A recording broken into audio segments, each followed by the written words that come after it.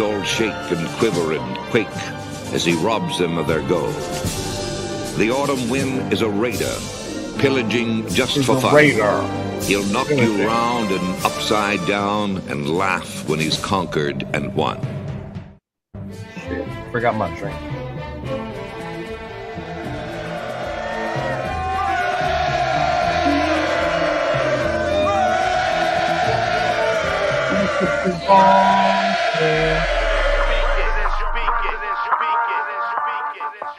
And I approve this message. Oakland Raiders, Oakland Raiders, Oakland Raiders. Just win, baby, win, baby, win, baby. We are the Oakland Raiders, Oakland Raiders, Oakland Raiders. Just win, baby, win, baby, win, baby. Don't need no invitation. We are that Raider Nation. We rock that black and silver. We make them shake and shiver. We make them reconsider. And we still committed. So if you want a piece of this, you can come and get it. Touchdown, touchdown. Let's throw a bomb on first down. Let's throw a bomb on every down. First we score, then we clown. Having fun, look around. Nobody loud as a Raider crowd. Nobody proud as a Raider crowd. NFL, how you like me now? We gon' do this open style. Nothing but action. I'm Bo Jackson, hit the hole. Run you over, goal line. Jumping over, going crazy. Lose your soul, lose your mind in the black hole. Here's the goal, Super Bowl. And everybody here, get to go. Don't need no invitation. We are that Raider Nation. We rock that black and silver. We make them shake and shiver. We make them reconsider. And we still committed. So if you want a piece of this, you can come and get it. Oakland Raiders. Raiders! What is up? What is up? Raider Nation, what is going on? Hi. Salute, salute. Salute, salute, salute. I think I had my mic unmuted that whole time, so yeah, cool. That was great. That was great. That was great. Welcome to another Wednesday of the Raider Connection. What's going on, y'all? As you can see, 805 has changed. Las Vegas Raider 10 is now grown. We call him 805 Raider now. He a big boy now. I just gotta get the mustache. That's all it is. Yes. Gotta get Those of you who are saying that Nathan should grow the up, arrow, bro. Yeah, can't do it. Can't do it. Right. Hey, welcome, brother. How you doing? Good, man. I appreciate you guys having me. You know what I'm saying? I'm actually I'm happy I got the approval from the boss, aka the wife, to come on and join you guys. And so yeah. I mean, man, it's been lives constantly this week since the draft. I posted a video earlier today, just kind of breaking the draft down finally, because I was able to jump on with you guys. I got the Raider War Room guys, you know, and so I went over to the wife. I said, "Hey, give me one more." Yeah, she gave me that look, but then she's like, "All right." I was like, "All right, cool." So, man, that's cool. Shout out to the wife for being a trooper. 100%. I get one more live until my regular on Sunday. So, and it was funny. I remember when we were in Vegas, we were talking about this, how the draft is not even over; it's just beginning, right? We're finally getting our players, and we're now just going to start doing shows more about the players and what to expect. So they think it's over, but it's actually just beginning. It's just beginning. Now you got to talk about it for the next 2 now months. we got to talk about it. Yeah. Mm-hmm. Yeah, but shout out to the wives, to the girlfriends, being understanding during football season. If you're with a Raider fan, you know what it's like. I mean, Jay, new dad, your wife's a Saints fan, but I remember when you came down here, dude, she was down. She was down. She I don't know. We're I'm trying to get her over, bro. Trying to get her over. She just doesn't want to do those things, bro. It's like I said, like I don't be forcing no one to be a fan, dog. Let them be it on their own. She's a fan, bro, because she watches the shows with me. But I'm not gonna stand for none of that Saint bullshit. No, that's what I mean. Her being a Raider fan. I know she's a fan. Yeah. Well, she got a new quarterback, right? Mm-hmm. So she don't care, bro. She don't like them. She likes them, but she doesn't like them. I don't get it. It's weird. Did you ever watch the games? She's like, I know, but still, it's my team. Are you saying that the lady's the Saints fan? Yeah, the wife is a Saints fan, but she's just hesitant on coming over to the dark side, bro. don't know. She's from that area? Is that what makes her a Saints fan? I'm just curious. She just likes Drew Brees, bro. That's it. All right. I get that. Yeah. Yeah, he's no longer there. So now you can come over. He's no longer there. Yeah, exactly. Let me tell you something. I know. I'm sorry, hon, if I'm putting you on blast, but she knows more shit, more facts about the Raiders, more current situational events with the Raiders than opposed to her own team. So I'm like, you're already by default, you should already be in. You just got to give up those Saints. She's a Raider fan under the radar. That's what she is. Under the radar, yeah. We're the side chick. I'm trying to make us the main chick. Oh, all right. That's tough. Good luck to you. Get me in trouble, so I'm just gonna keep that side chick comment. I was about to say something, and I was like, "No, don't say it, Leo." Don't say it. I can say it. What up? Mine's look at all six starting us off right. Thank you for the super chat. There you go. Salute, appreciate you. You. It's all about the you, Leo. Hey, the you represented in the draft. Oh wait, did they? No. Yeah, the first pick. Yeah. Well, just Cam Ward after that. But no, I just remember hearing too many names from Miami. We have our own little rivalry. I don't really hear too many Miami names being called. Yeah, it might have been more Miami or Ohio State, Miami of Ohio picked more. Right. Shout out and salute to my boy Robert Pena. What's going on, Big Dog? Roshar Raider. What's going on? Jeff from Boston with the Sam Adams commercial accent. Was it U805 that we were talking about Sam Adams and the seasonal beers? Yeah. So they're winter seasonal. Like I'm not a massive beer drinker, but for some reason they got like this like cold snap winter beer that man, I'll buy a few 12 packs just to kind of get me through the year. So that's a good one. Okay. Joe until it comes back out again. I like summer ale. I was telling him, I don't know if you guys know or Jay, maybe if you know, but Modelo does the same thing, but for Christmas it's called Noche Buena. So it's like a holiday brew that they do for their, and it usually comes out in Mexico only. Yeah, I go to TJ or Rosarito and I'll grab like a couple cases. I'm gonna bring it across. But yeah. I'm a bootlegger, folks. I sneak beer across the border. Yes, sir. Yeah, family members ain't the only thing. Yep. He said he is sexy for the shirt. Chris for Raiders. It is too early for all that, Big Dog. I don't know what's going on.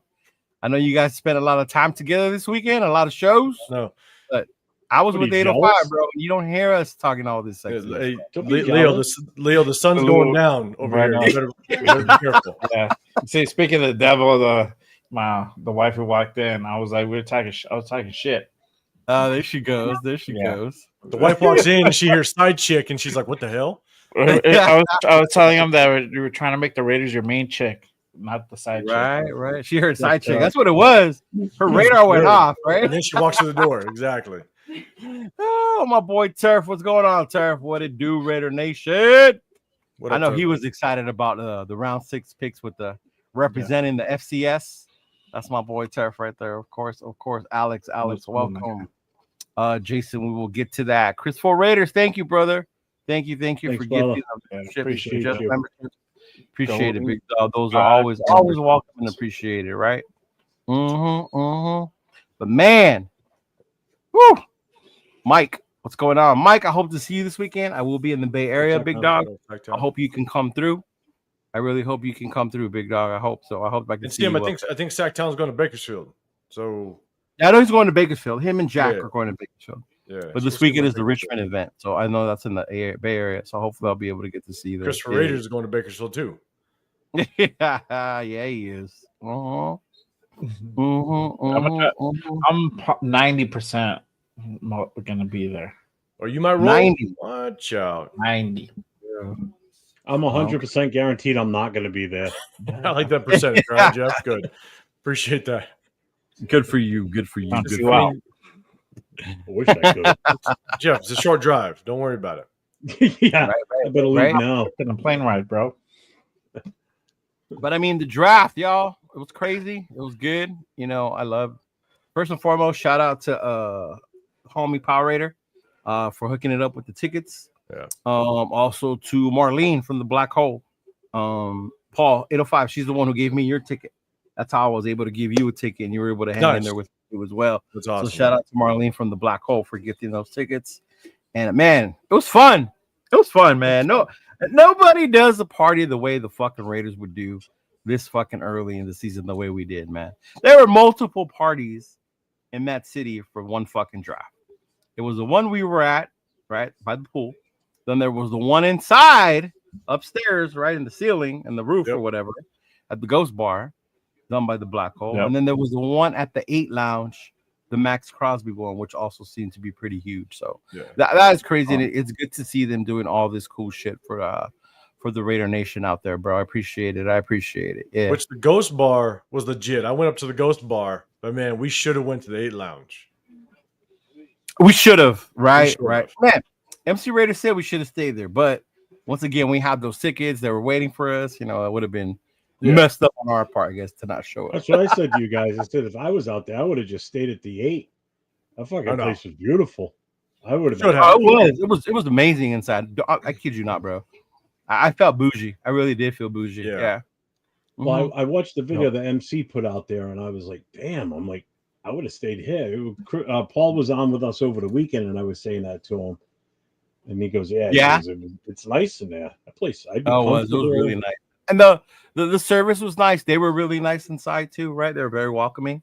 Even when they were telling us where we were sitting, they were gonna have to move us a little bit because they were gonna make it more like a family type seating area or whatever that was. But they were really cool. Shout out to the staff there as well, man. Would they have allowed you to stay there while Max was in there doing his show, or no? Oh yeah. Or did they kind of close the place down? Yeah. You could stay in there. And we could. So Max was there, Christian Wilkins was there, Amari Gaynor was there, and I think there was one other. JPJ was there forever. Was JPJ there? Say JPJ, right? It was there. Yeah. We should have went there. At least popped in. But yeah, we should have went there. Well, remember afterwards, Samoa went over there. Yeah. And I saw MC. We were gonna go over there, but MC was like, "Nah, let's just stay here." And then we had to go get his stuff so he can leave. So I'm sure if he didn't leave, we probably would have went back over there. Yeah. It was legit anyways, though. It was a good time. That was fun. It was fun. And it was free food, free drinks, open bar. Woo. Even better. Come on. I felt the open bar later that night and the next morning. So 100. I gotta ask. Wait till while you guys were there when they were announcing our pick at number 6, and obviously it wasn't the guy that Leo wanted. What was his facial expression? Was he upset, Paul, that Shador's name wasn't called, or was he okay with Ashton Genty's name being called? Like, what was his general reaction? God, I think I looked back because Leo, you were recording. No, I was watching. Samoa was recording. Oh, okay. Yeah. I thought you had your phone up. No. I don't know, man. I think I remember your reaction was just like a little surprised. It was hard because that place blew up. Yeah. 99% of people just went nuts. They were excited about it. Maybe I was all caught up in my feelings a little bit. I was going to say he was probably more caught up in his feelings than I was. Yeah, because I was just like, when that place erupted, I was like, shit. I mean, because my thing was obviously I wanted to either trade back or get it or potentially get a tackle. Like I wanted to build in the trenches. But I was like, you know what? And then my instant reaction was, okay, we better get a guard very quickly. So I just kind of switched it up a little bit, and now we just better hope he balls. It's that simple, right? No one will forget that he was a first rounder if he averages 1,700 yards, 1,800 yards a season on the ground. So that's crazy expectations. Running back, though. It's really not, though. If you think about it, like 1,700 yards combined. I'm saying combined. No. Well, I guess now we played 17 games now. Yeah. I mean, somebody on Rundown show the other day said, 900 yards combined, 900 yards rushing from him. And I'm like, that's like a 52 average a game. That might have been me. That's ridiculous. No, it wasn't you, because he went crazy with that. He goes, what's that average out to? I'm like, that's like 52 yards, dude. That's nothing. Right. So, the only thing that I probably would end up being real disappointed about is if all of a sudden it is kind of a split back situation, or he's only getting maybe 70% of the carries. Because Chip Kelly likes to run split back. Yeah, Chip Kelly likes to run split back system. He did it at Ohio State. If there is kind of a dual back situation, then I'm like, damn, why did we pull the trigger? At that point, I would be disappointed in the pick because exactly. Why are you picking one at number 6 when you're going to do the split back thing? Yeah, you know, I don't think that's the case. If you pick him at 6, I'm just saying, if Chip Kelly continues with his trend of trying to run a dual back system and shoot, like if Raheem Mostert comes in, and if Raheem Mostert's getting 12, 13 carries a game, nah, he's Genty's number 6. He better be that workhorse. He better be able to have every opportunity to get the when he gets 100 yards, I'm sitting there going, I'm expecting 100 yards out of you every game. That's I think he needs that amount of carries though to get to the 100 yard. Like if we're expecting him to get 100 yards on 15, 20 carries, I'm 15, right? Whatever. I think 20 plus. Then you're looking at him getting 100 yards. Well, so even when he Boise, it took like what 25 plus carries a game for him to get those 100 yards. Yeah. Oh yeah. I mean, at Boise, he was the workhorse. He was their only. That was their offense. He was their whole entire offense. So I'm just sitting there going, man, like. I want to see 125 plus every game. Right his shoulders. You know what I'm saying? Now, it is tough because at the end of the day, it's also recognizing that we have still some offensive weapons, right? Brock Bowers, Jacoby Myers, Jack Besh. Now that we have him, a lot of us were pretty excited about Deontay Thornton coming in. Yes, and so it is really hard because at the end of the day. Let's say he only gets 86 yards, but we put 27, 30 points up on the scoreboard and we win. I'll be happy. I won't be upset. It's trying to assess just how much Genty kind of attracted that defense down, which opened up the pass downfield. So it's trying to balance that, right? Because if we win and we score 25, 27 plus, and he only had 14 carries. Well, maybe there's a reason behind that. You know what I'm saying? So it's like, I kind of want to. If them loading the box limited his yards or his carries, but say we were able to get the ball to Bowers, Myers, and them, and we scored that much, I'm not going to be mad and say he wasn't worth it because obviously he's the one drawing that attention, right? Yeah. Just the one way to defense is honest is the thing, really. Yeah, exactly. They're not just stacking the box and daring us to throw it. That's why I think it's going to be very interesting to assess it as the season goes on, to just really know how much does Genty, again, even if he doesn't have the numbers, how much does he actually influence the success of the offense? Right. Just based on how much the defense has to key on him. Yeah. So, and I said this on Rundown Show when he said what would be successful as far as numbers wise, and I think me as a fan of the team, I don't see it as just individual stats. Of course, I want to see individual stats. But to what you were just saying, Paul, my point was if we're winning and adding him to this offense made that difference, adding these rookie receivers, switching, finally having a formidable quarterback in Geno, then I'll be happy. I'll be happy in the fact that we're winning, right? I'm not going to be focused on like, oh, yeah, we're winning, but did we really need to make that pick at 6? Because, look, he only gained 84 yards, But we won the whole game. Yeah. But also, too, if those yards, not necessarily with those yards, translate to touchdowns. What if it's the reverse side effect where it's touchdowns to compared to rushing yards, right? If he's putting up 3 touchdowns, 4 touchdowns a game, there you go. And he's only doing like 85 yards.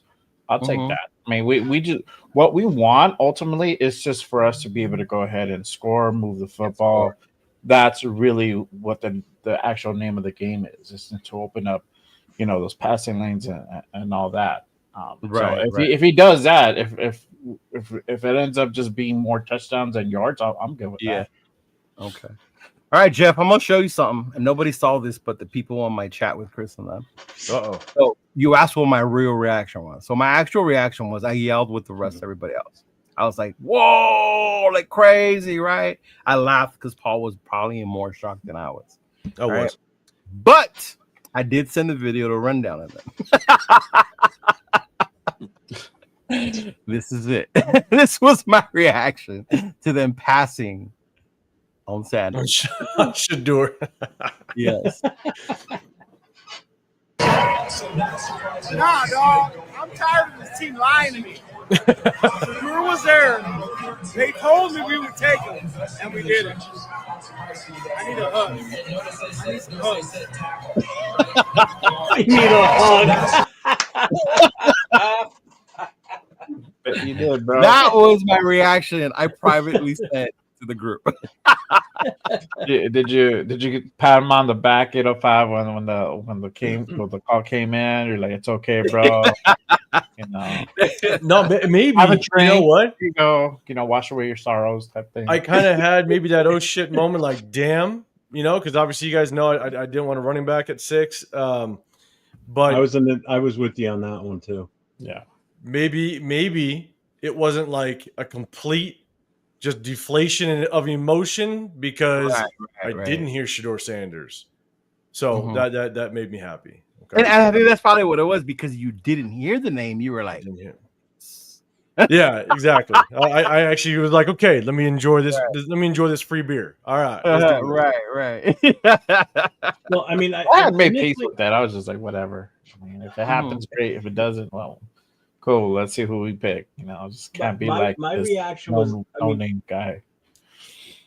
I knew, my initial thought was I wanted Graham, but then once he was taken, I'm like, all right, well, obviously that's not going to be it. So it was going to be one of 3 things. One was going to be Shedeur, Genty, or we were going to hopefully move back, like 805 said, because I wanted to move back and then hopefully get that offensive lineman, but gain that additional second round pick. And when they announced Genty's name, if anybody watched the reaction from the show on Thursday, sitting right here, I literally, when they said it, I just took the hat and I just threw it because I was just like, damn. Like, fuck. You threw it because you were mad? Yeah, because it's not the way I wanted to go. So I just sat here. Oh, I know you wanted saying anything. I remember that, but yeah. Bueno. And then, as the night went on, the rest of the night went on, I kind of came to grips with it. I'm like, okay, so I just trust their decision. And then when it got to Friday night, I was like, okay, now I get it. Now we're good now. I was fine by the end of Friday night.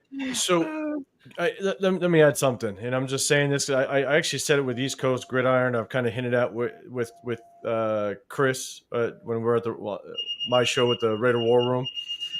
Yeah. Mason Graham and Leo, I told you. I was about to say, so Jeff, be glad you never hung out with 805 or you talked to him. This dude talked me out. I'm Mason Graham like an hour before the draft. Wow. I think there's a really good chance Mason Graham will not live up to his first round top 10 projection. Really? There's a lot of things I do not like on his tape that it just I was when everybody kind of there's people that were like, oh, pushing Mason Graham to number 6. I was like, man, obviously I like Adam Butler. I like Christian Wilkins and stuff. But man, the more and more I watched this film, there was so much that concerned me. I said, there's no way in hell I could take him at 6. And this is my bold take and my unpopular opinion last year, which I was surprised I didn't get more hate comments. But my unpopular opinion last year was that I thought Bo Nix was going to be a good quarterback. People clowned the crap out of me about that. They attempted to, but I was like, whatever. This year, I think Mason Graham isn't going to live up to his first round projection. And I won't go as deep as I did with Leo because me and Leo sat there and I basically probably wrapped his ear off for about 30 minutes. But man, he gives up on plays. There's a couple times a game, all of a sudden he just slows up. He gives up on plays.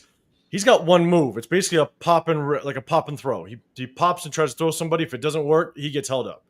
Don't get me wrong. He's got some highlights. He will run through somebody. He shows massive flashes of highlights, but then he disappears in games. All of a sudden, he's gone. He won't be in the game for 4 or 5 plays. I'm sitting there going, wait a second. Why isn't he in the game? It'll be middle of the field, down inside the 10, he's gone. He's not even in the rotation on the goal line. But then he comes in the next series, and I said, okay, well, shit, let me go back to the last 2-3 plays that he was in. And all of a sudden, you could tell he's popping up, and he's gassed. He's tired. and he could not fight a double team. 95% of the time, I watched 5 or 6 different games every single defensive snap.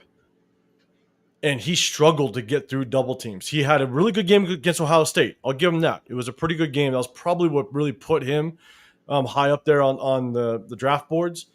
Right. But, I mean, the other games that I watched, I'm sitting there I'm going into the third quarter, and he's not even influencing a single play. And it's the third quarter. And I'm seeing him take 4 or 5 plays off. He looks gassed right before he gets out to play. I mean, to me, I'm sitting there going, okay, this is all with an assessment of take him at 6. And the more and more I just kept watching, I said there, man, I cannot pull the trigger on this kid. I mean, I watched the Texas game. He looked like shit against Texas. Yeah, he had probably 2 good plays. Outside of that, the amount of times that he got flat-backed, the amount of times he got manhandled, I'm sitting there going, yeah, I'm watching it going, I don't see it. Let me ask you this. As you watch that, on the times that he disappeared, or where he just wasn't, seemed like he was in the game, were those games that Grant really stepped up? Because I heard a rumor about him too, that Grant kind of tended to play second fiddle. Like Grant is actually the better of the two. So there are people who believe Grant is the dude more than him. I get, because that's what I heard that leading up to last week. Yeah. The only thing that I noticed, and I'm not sure, I wasn't really looking specifically at that, because what I would do is I'd go back and see, was this a trend with the Michigan defensive line? Like, did they naturally rotate, right? Did they just rotate players in? And maybe he just was caught in the rotation. And then that's fine if that's what that defense coordinator, D-line coach wanted to do. Okay, then I can definitely give him some leeway there. But if you ain't in on goal line 1st and 10, and you're not in for 4 straight plays down on the goal line, how is your number 1 defensive tackle not in the game? And then he comes back in the very next series. Perfectly fine. I actually messaged Chris, and I was like, hey, did Mason Graham have any injuries last year? And Chris said, no, not that I know of. And I said, okay. Like, I want to at least cover my basis a little bit on whether or not, did he have an injury? Was he ailing from something? But, man, like, I'm watching. I continue to watch game film on this kid again as much as I can. Basically, what I did was I typed in Michigan defense verse, and it picked up 6 different games, and I watched every single defensive play.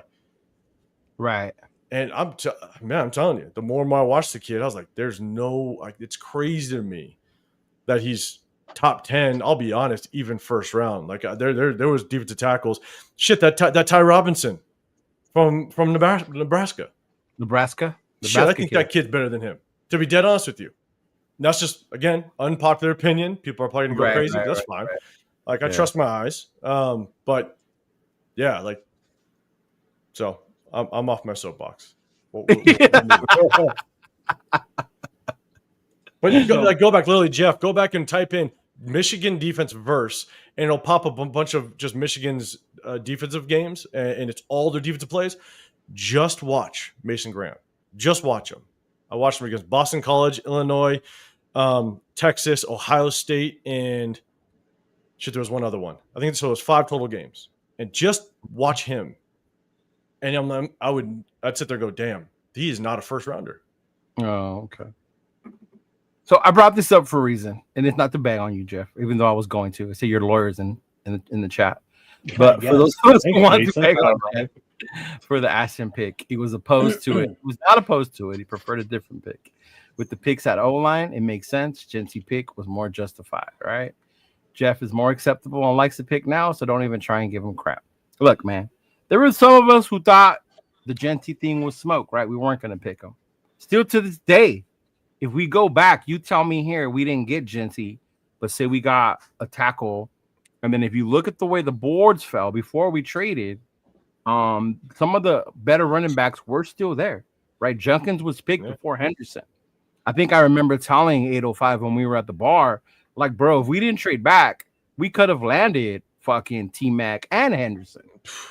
T-Mac didn't drop as far as some people thought he was going to drop. Exactly. Yeah. I was like, we could have landed T-Mac and Henderson. Now, I'm not saying I'm mad that we got Genty. I understood why we got Genty, like I said before. But I guess that's why I'm glad they're the draft is over and the mocks are over, because now we know what we finally got. And just because we said we wanted something else doesn't mean like we're all opposed to that shit now, right? Like, I'm not mad that we got Genty. Like, I understood. Yeah. Obviously, there's people that still want it to be justified, right? Because you took a running back at 6. Is it still a value pick? It depends how you look at it. You know, I talked to 805 about it. I think with you guys a couple times.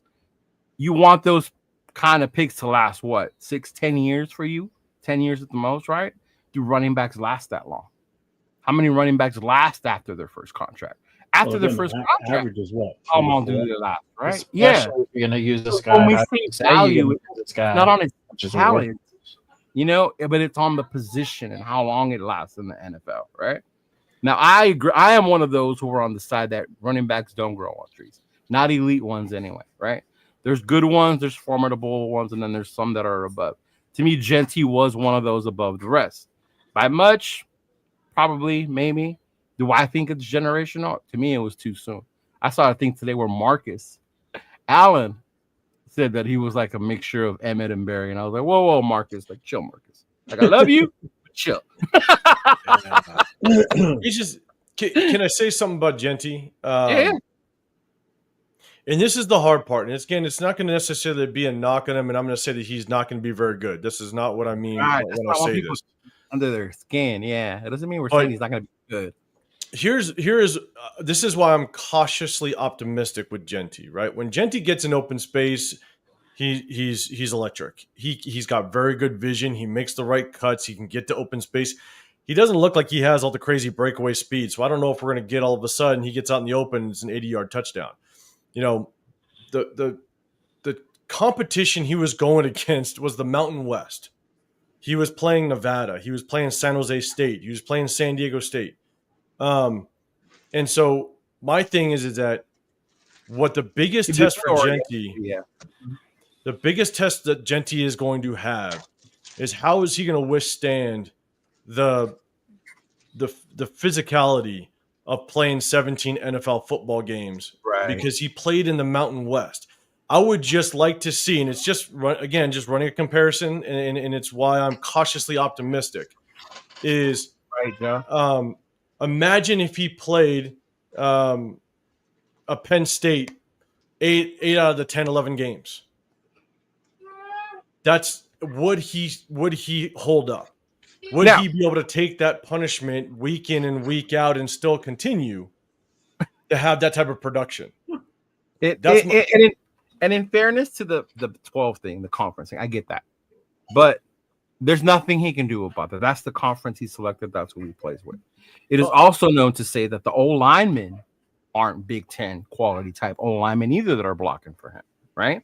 And I do remember when he played Penn State, when he played Oregon, he was able to fucking, run on them and shit like that. So I see that he has the skills and the ability. The durability is the part I get too. But to me, the thing with the conference thing comes into play.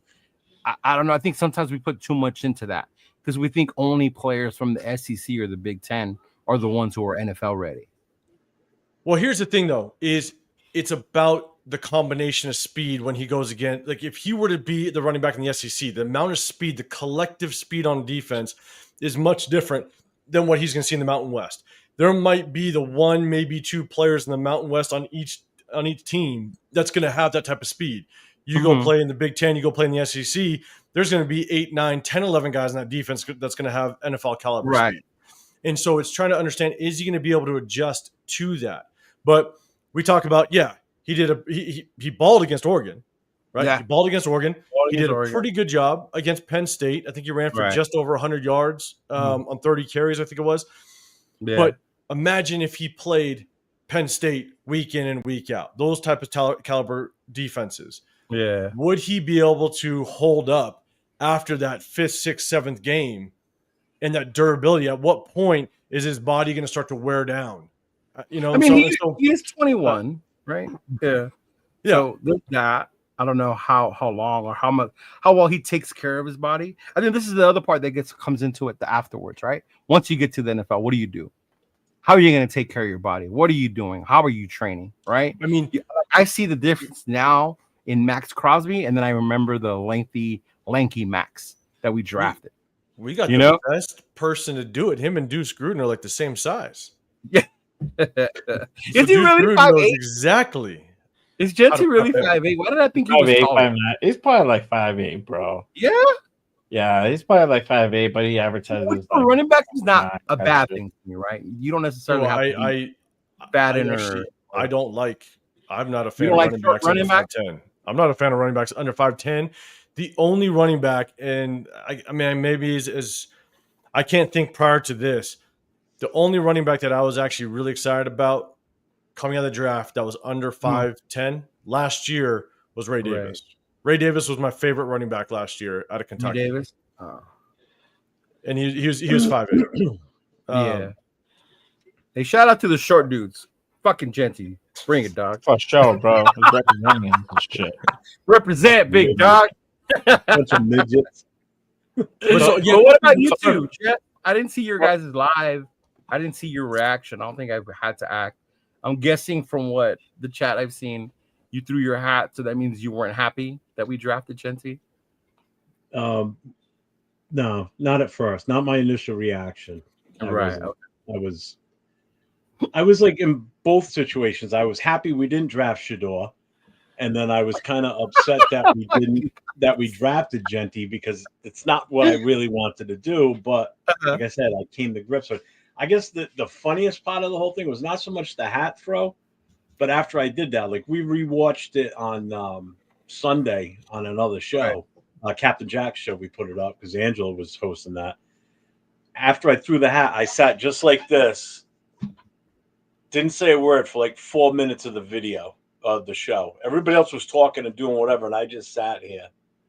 I didn't move, and we're watching it, and I'm like, I didn't realize I didn't talk for that long. Like I took that long of a break. What's up, man? I was like, shit. It was the whole thought process that I was just running through. I'm like, all right, well, we'll have to wait and see what happens now. Right. You know? What about you, Jay?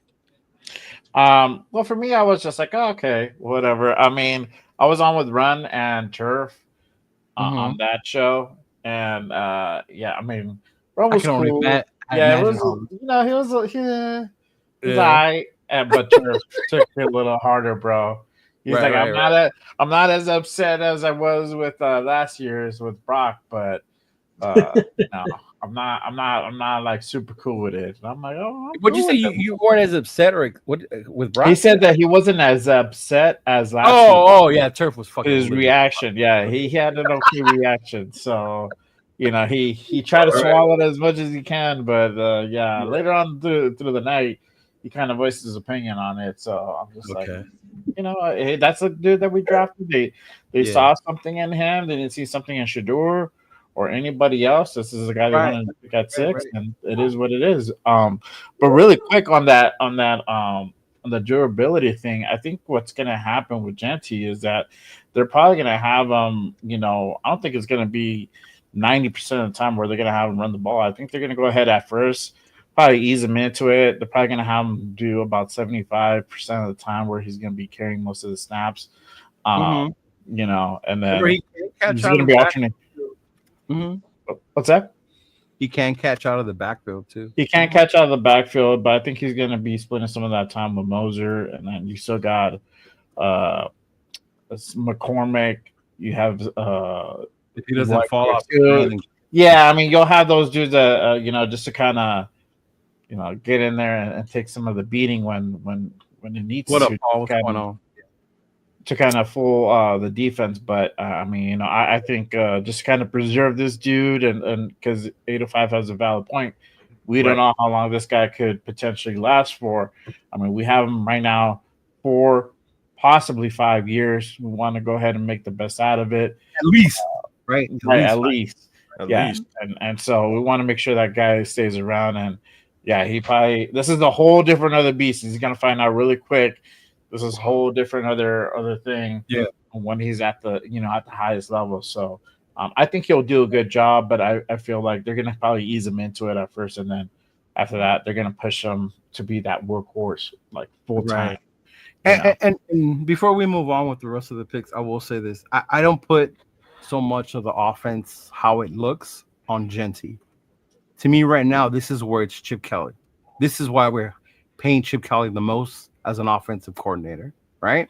This is why we brought him in. This is why Pete's the head coach. Because if you see about what we did, because I talked about it with 805, what we did after we picked Genty, okay, now get him the help, right? Get him fucking O-line. Bring Colton Miller back. Get some fucking wide receiver threats because we only had, whatever the fuck we had before, which was nothing, right? Like, let's see what they do the rest of this draft before I start to say, like, oh, man, this was such a waste of a pick. We're just going to waste this guy, right? This is now where I'm looking at Pete and Chip specifically. What are you going to do now with Geno, with Genty, and all these weapons that they, Spike Tech and them got for you? What are you going to do, and what's that going to look like on the field? I will say I was an emotional roller coaster this draft. I'm just going to throw it out there. We get Genty. I'm like, oh, shit. And then we trade back in the second. I'm like, okay, we're good. We like it. Which, by the way, y'all, we fucking yelled probably louder for the trade than we did for the fucking pick of Genty. Absolutely. Just so you don't know. The trade back was beautiful. And so I'm like, hell yeah. Got up, yelled, screamed. We were fucking excited. And knowing that we recouped another third, I'm sitting there going, man, this is brilliant. Yes. This is genius. Yes. And then all of a sudden we get Jack Besh. And I'm like, what the fuck? Yeah. I'm like, wait a second. Like, we don't need another Jacoby Myers, And so it's like, I was like, damn, okay. I said, who? Oh, man. But at the same time, I'm sitting there going, like, it was just another kind of, you have to wait and see, I guess, right? You had to wait and see. You get Genty, are we gonna get some O-line help? And then you got Jack Besh, and you're like, okay, he's a good receiver, I get it. Hey, we don't need another Jacoby Myers. But what did was it Loon or was it Chris that said it? He has a good story. That's why we drafted him. I said that I hope he doesn't become just a good story. Like, I hope the talent that we see in college does translate. I hope that because to me it felt like the second round was early for him. That's what I thought initially, right? Yeah. And so I'm like, did he climb up the draft boards after that because of the story? Which I hope. Like, I'm not saying he's a bad receiver. I'm not saying that at all. Right. I just didn't have him as a second round pick, and so I thought that was just a little bit of a reach, and so that's why I made that comment to Lunatic and Fu Chris. I was like, man, I just hope the story didn't increase his draft. Yeah. You know what I'm saying? And so now, I don't know if y'all remember, but we traded twice, right? It was the first time, and then we moved down, and then right before we traded was when Will Johnson got taken. To me, I felt that's what we were gonna get. As I kept seeing him on the board, I kept telling it, we're gonna get Will Johnson. We're gonna get fucking lucky and land fucking Genty and Will Johnson, and then we'll see whatever they get with these other picks, right? That we added, and then they took him, and I was like, fuck, like damn, there he went. And then we traded down, and then at that point, I was like, okay, let's see. But I don't know about y'all. But that's what I thought we were gonna do. And then once he was gone, we traded again, and we moved back down. With this pick, I love this pick. You know why? Because it wasn't Shedeur Sanders. Oh my lord! Swear to God. Because that's what was happening every round. At this point. Everybody kept saying in the channel, they did? Back up when you guys were live, people were saying this. Jay was in it for some of these picks. Possibility.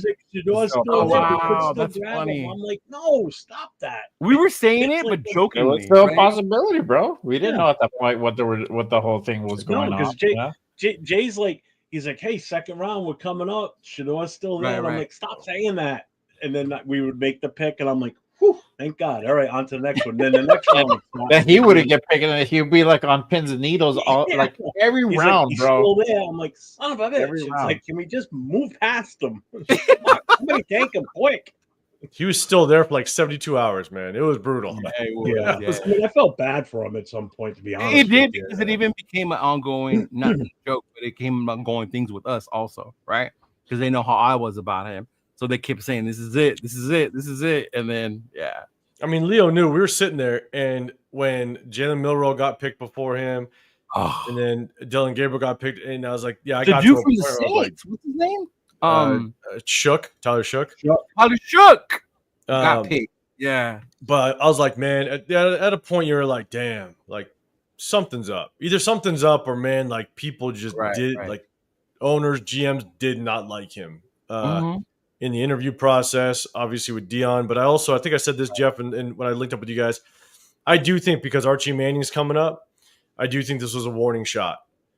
Basically saying, with not Archie Manning coming down the road. Even Nico, because Nico's already getting that label maybe in Nico. college. Yeah. I think it was a warning shot a little bit and be like, nah, you ain't going to dictate anything when it comes to this draft process. That's, again, just a speculation on my point. But well, let me ask you this right now then, before we go too much further into this, the draft talks. Do you, in hindsight now, do you think we still should have picked them sooner, or do you think that it's a good thing we did pass on them? Because something, because there's things coming out now that Brady said not to take them either. I'll say whether this. How true that is or not, I don't know. No one knows, except for him. I'll say he did not get drafted, not because he didn't have the talent of a quarterback that should have got picked as late as he did, or the fact that the others got picked before him. But the more 805 kept pounding into my head about the Dion effect, right? As much as I liked them, as much as I wanted to dismiss it, like I had to come to a point where I had to accept it and realize, like, what team would want to draft him knowing that his dad is saying out there that I could come in here and be his coach, right? Like, say we're 4 or 5 games into the season and we're 1-4, right? Fucking 2-3, and it's because of poor quarterback play. Who do you think is on the phone with the owner trying to push to get his son in there instead of letting things flow naturally the way I guess anybody else would, right? And I guess I didn't realize it's the media putting the mic in his face. Yeah, that too. Yeah, right. And that's what I'm saying. Even the media doing that, but also at the same time, them not helping themselves by going through that shit. Because I remember at first he was a lot more vocal about it, talking about Dion, not Shador, than he was towards the end. In the beginning, he was very vocal about it, right? He went on fucking, I don't know, all kinds of shows. My son's going to go wherever the hell I say he's going to go. We're only going to play in certain places, right? He needs to do this. You need to have this. You need to have that, which is crazy. It really is. But then it really isn't, because I remember Arch did that. Now, with NIL coming and these players, it's a little different coming in that way, right? Like, what are you really setting yourself up with if you let him do that? What kind of precedents do you set for these other dudes? All right. Yeah, but it's not, I don't think it's just that. I mean, it's part of it's that, but also too, it's just how he was just, he came in to the way he did interviews, his attitude. It was just, especially in this thin quarterback class, and if you've already seen the projections, because I know he has, and I know Dion has. I mean, if you're not going to be slated to go to be number one, I would be out there, pitching myself, putting myself out there to, do the workout or whatever, right? But that was never his mentality. He came into some of these interviews just, casual as fuck. At the end of the day, it's still a job interview. You're going out there. It really is. To try to get picked up to be a starter somewhere. And he thought, because I'm Shador Sanders. I've done this, I've done that. He's automatically going to be given that, and that's where the entitlement thing came in. And I don't know if you guys caught that the second day presser by Spytech, where he said, like, we went out and saw guys that wanted to be at the combine that didn't feel entitled, and that was the giveaway that I told Jeff, I'm like, that's the giveaway that I know Shador is not going to get picked by us. We're not going to draft him. And I was already at that point I came to terms like, okay, this guy is gone. We're not going to pick him up. At some point, there was some disinterest, and that's the disinterest. Is the whole attitude, everything. The GMs talk, and that's what happened. They all talk, and they're like, you know what? Right. This guy feels entitled. How is he going to come in to our team and operate? Is he going to feel entitled that he's automatically going to be the day one starter? Right. And if we don't put him there, are we going to go ahead and get harassed and berated by Dion up and down, the media and everything else? So that's all of that was a message sent to them, to the Sanders family. Like, look, you might have some talent, kid, but this is the NFL, and you don't dictate where we put you at. We dictate the terms, and that was a message that was sent. And it didn't start with Dion. I mean, shout out to the Raiders Shield family. The whole Sanders man. Appreciate you, brother. Nobody's fault but their own. In January, it was number one, Cam and him. What changed? The mouth. But if you ever think back, it started with Lamar Jackson. It was wild that they didn't get no offers to trade, right? Because it was, oh, he's bad. He's not going to do good anymore. Who would want to trade for Lamar? He stayed with the Ravens. The motherfucker had an MVP season, right? But if you think about who his agent was, it was his mom. Yeah. Door's agent, his dad. Shiloh switched. My dad ain't going to be my agent no more. That's crazy work. And now Shiloh is on the Bucks. Yeah. These dudes, the NFL, only want to work with agents. And it's for whatever reason, right? Whatever they decide, they're going to dictate that. Now, if you start letting your parents, now whether they're qualified or not, because I believe JD5's mom is his agent as well, right? Mm-hmm. So maybe she just handled things differently. I know they got certified as agents or whatever, but you start letting them become your agents, set certain precedents, and these NFL teams want to deal with these agents to negotiate your contracts. Yeah. So I did hear, and I don't know if it's true, but I heard that when Shedeur Sanders went into interviews, he actually had his headphones around his neck with music playing. Yeah. And I'm sitting there with, damn, like if you can't tell me a more bigger sign of disrespect going into an interview, like, you know, Jay, you just said, it's a job interview, right? Right. You got music blaring through your headphones around your neck, and you're walking in with your sideways cap, and I don't care how he's dressed. That's whatever, right? But if you're gonna come in and you got music blaring, that's crazy work. That just if my clients and I see teams, bro, if they come in to my sessions like that, I legit stop them. I'm gonna let me know when you're ready to start, bro, because we ain't doing this if you're just bumping your music where you're at. and again, I don't know if Dion is there at the time. And I swear to God, like Dion, I would think, and again, this is just assumption, I would think Dion would smack him in the head and be like, bro, take your headphones off, at least. Right. You know what I'm saying? Like, have some respect, because if Dion is teaching him that, or if Dion is accepting of that and going in, hey man, you walk in that room like you own the place. I'm like, damn, bro, yeah, you're done in this league. Because if you combo everything that we're hearing now with where he went, and I know, Leo, when we were watching it, the moment he was picked, I was like, that's trade bait. Like, that's what did I say? Bait. Yes. Like, you have 5 quarterbacks on that roster. You just picked Dylan Gabriel in the third. There's no way in hell. Which makes him more of a priority to keep. If not, you just fucking wasted a 3rd round pick. 100%. Like, everybody will say, "Oh, Dylan Gabriel, it doesn't fit Stefanski's offense." I don't care. Right. You don't cut a 3rd round pick.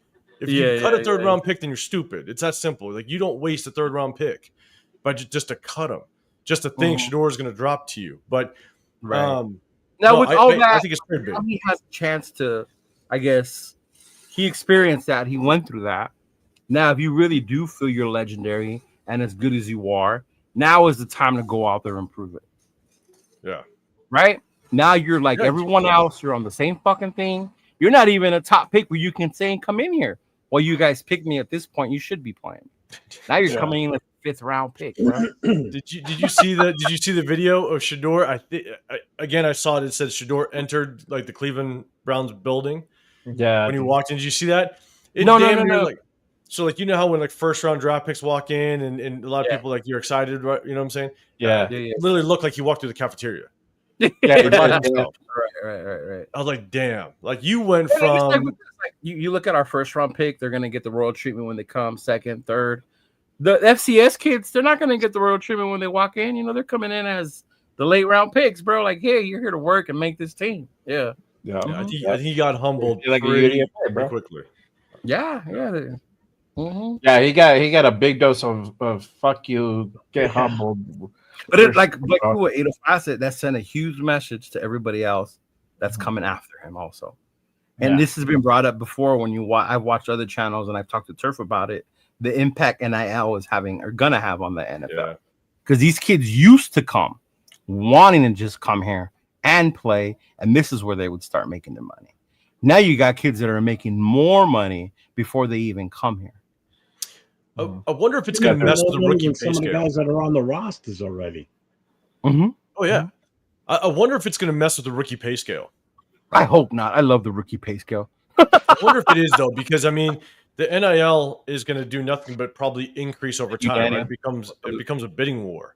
It does. And so I wonder if the NFL experiences a lot of problems with these young kids going, hey, I'm going to make a $15 million NIL deal, but I'm only going to make, 10 grand or 10 million over here. I'm going to go back. I got one more year of eligibility. I'm going to go back.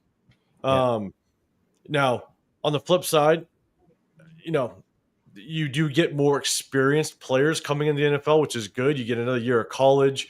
You might get more quality players coming out of college. But at the same time, the NFL is going to have to possibly make a move if NIL continues to be a bidding war and these players see a pretty big dollar value, dollar numbers.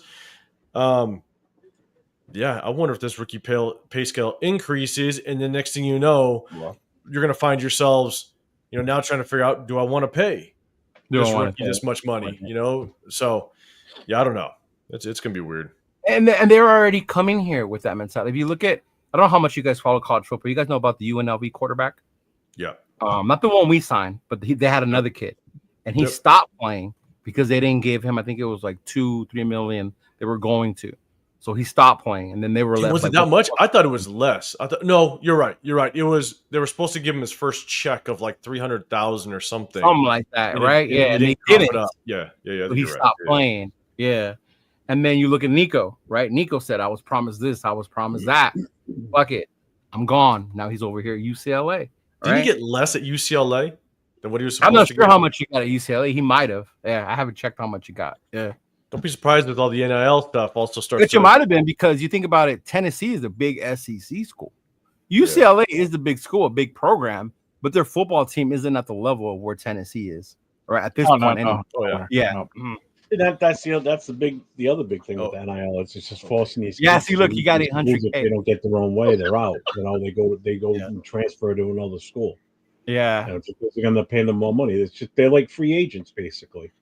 Unrestricted all the time. They can jump ship whenever they want to go to another school. Well, I'd be really curious as to what happens when the colleges start to take a stand. And that's going to be interesting. That'll be the interesting thing to see. Because not all these schools have the same amount of money. Yeah, they don't have the same access to money. You know what I'm saying? No. And so it's like, if the SECs, the Big Tens, and the ACCs, if those conferences are like, screw you, we're not paying you. Yeah, and you're probably not going to get the same amount at UTSA, or San Diego State. And we haven't got to our FCS kids, the 2 quarterbacks that we drafted, the receiver. But when I looked them up and when I heard about them, one of the things I liked, and this goes to what Daniel Kim was saying, I think Spytek and Carroll did a good job building guys that love football and have the juice to play and get better through development. Those 2 kids had the option to leave the FCS schools, right, and go to a D1 to get some of that NIL money, and they decided not to, right? Because they loved what they were doing. They loved where they were playing. They loved playing ball in those programs. Small-ass programs. Mind you, local legends, right? Yeah. The people in Montana were fucking losing it. The kid got drafted, right? Like, this is our fucking touchdown Tommy's our local hero or whatever the fuck, right? Or even in North Dakota with the other kid, Miller, with Cam Miller. But I think I was bringing that up because from this whole draft, I think Spytek and Carroll should get so much credit for the type of players they're bringing in and the direction we're moving forward with this team, And I think that starts even with the free agent signing, because a lot of us, or some of us, were bitching that we're not signing enough people, right? That we need to get this guy, we need to go get that guy. Why don't we get this guy? And I think the more patient we're being, you tell people to be patient, you're starting to see the kind of team they want to develop. And I think Pete Carroll said it from the beginning. I want people to compete. And when I look at the draft and the free agents and our roster right now, there's a lot of competition on all the fucking positions. And I think that's what they wanted to create and develop, and why they've built the team the way they have. Yeah, I mean, everybody that picked up it is literally, lunch pail guys that come in. They're gonna come in, work hard. Most of these guys have their head on straight. So I don't really see like a big thing where we have a lot of problems. And so they're very careful on picking certain guys that would fit the culture, that would fit also the scheme, the system that we're going to go ahead and run. But I think that was very important. I think that's one of the things that's really stood out to me is like, these guys are really lunch pail guys that just come in, they're going to check in, they're going to go ahead and do work and call it a day after work after that, and beyond. Mm-hmm. Yeah, I don't know. It's different because as Raider fans, we ain't used to that shit. Yeah, right. It's like if it ain't drama, then right? It's not normal. Yeah. It's definitely not normal for us to maneuver the way we did within the draft. Right? The trade backs and all that. We usually we either stay or we feel like we got screwed or what have you. And it was good to see them make moves. You could tell that they were truly trying to read the board and understand the board. Yes. And so again, I hope that the guys that they got were the guys that were high on their list. Sometimes you trade back and you're like, oh shit, my guy just went. We don't know if that happened. We have no clue. But at the end of the day, it did look like, especially in that second round, whoever they wanted. And I heard rumor that it was Jaden Higgins? Okay. The receiver from Iowa State. I think that's what we heard when Houston picked Higgins. That's when there was two teams, us and somebody else, that were like, shit, okay, let's go ahead and trade back. We didn't get our guy. And we ended up getting Jack Besh. So maybe they were honing in on a receiver at that pick, and then they went ahead and traded back and still got a guy. Yeah. So well, you remember a couple of months ago when actually, I think it was just after Pete Carroll was hired, on your show with Severe and Chris, you guys were talking about Pete Carroll's track record with the draft. Remember that night? And you were shooting us a bunch of updates, man. Yeah, you were helping us out. A ton of stats on that night. I think Pete Carroll did exactly what he did in the past, his true to form, by moving around the draft. Like, we didn't know what Spytek was going to do in this draft because he'd only been like on a part of the front office with the GMs in the past. He never really handled the actual draft, but we knew what Pete Carroll's tendencies were. Yeah. And I think he did exactly true to his form in the past. He moved around the draft board and he got the guys that he was probably targeting right from the get-go. Right. Mm-hmm. So I'm happy with how he handled him and Spytek, how they handled this draft. I think they were masterful at it, to be honest with you. I think they were smart moves. Hey, shout out to Lorenzo. 17 days away from the Raider Nation kickoff. Looking forward to seeing you. Hey, 3 out of the 4 up here on the panel are going to be there. A bunch of dudes in the chat will be there. So cannot wait, man, to see everybody there. Get your tickets, snatch your tickets up, get them early. Make sure you join. He does do a raffle for those of you who are buying your tickets already. Black Sunday box, right, is what they've been raffling. So make sure you go grab your tickets, y'all, and hope to see y'all soon. Yeah. Yeah, man. I like. I guess this. Maybe this is what I've been waiting for out of my fucking team. All right. The no drama, really. If any drama was created, I think maybe we created as fans sometimes. Even earlier, I was having not an argument, but a discussion with someone. So about the quarterback situation. Like, I thought Brady was gonna get us a quarterback. Like, what the fuck? Like, look at what we got. Like, where was that at? And then I thought to myself, like, when was it ever said that he was going to pick our quarterback? Mark only said, we'll ask him. He will have speculation. Right? But it was never said that Brady was going to be the one making all the picks. Even me, I that little video I showed you, right? I thought Brady told me he was going to get Shador if he was there, but he never said that. No, I mean, they said that he was going to be very heavily involved in picking up our quarterback. Now, what could have happened is that you bring in Spytek and Carroll, and they're like, you know what? We're gonna hand you guys the keys. You guys do it as you guys wish. Whatever fits your guys' thing the best, right? Right. And that's kind of what ultimately went down. Also, too, I mean, if the whole attitude with Shador, I know he's tapped in, and I'm pretty sure he was either in the building or heard something, how that interview went when Shador came to visit. He's probably just like, no, fuck that. If that's just going to be his attitude especially knowing that where he came and he still had a bad interview. It's like, nah, fuck that. We don't need that shit in our building. Josh, he said we'll help. He didn't say he was gonna be the one. Go back and watch that. He said he will help. He said, why wouldn't you ask him about his input? Because of the legend. Yeah, they got us Geno Smith, so I mean, I'm pretty sure they did. Yeah, I'm pretty sure they did, and he was just like, he probably got turned off too, like everybody else. It's just like, you know what, this guy, if he's gonna have a shitty attitude, he's gonna come in entitled. Is not gonna feel. If you guys feel like he's not gonna work hard, then why are we gonna pick him? You guys go with your best bet. You know, if you feel Genty is there, then get Genty. I mean, how do you guys feel about the quarterback situation? I know we've always said, what about the future? What about the future? How long is Geno going to be here? You look at who we signed, who we drafted, who we have in the room still, you know. I know, Jeff, I always fuck around with you about AOC 2025. But I mean, looking at our quarterback room right now, I feel better about it right now than I did last season at this point.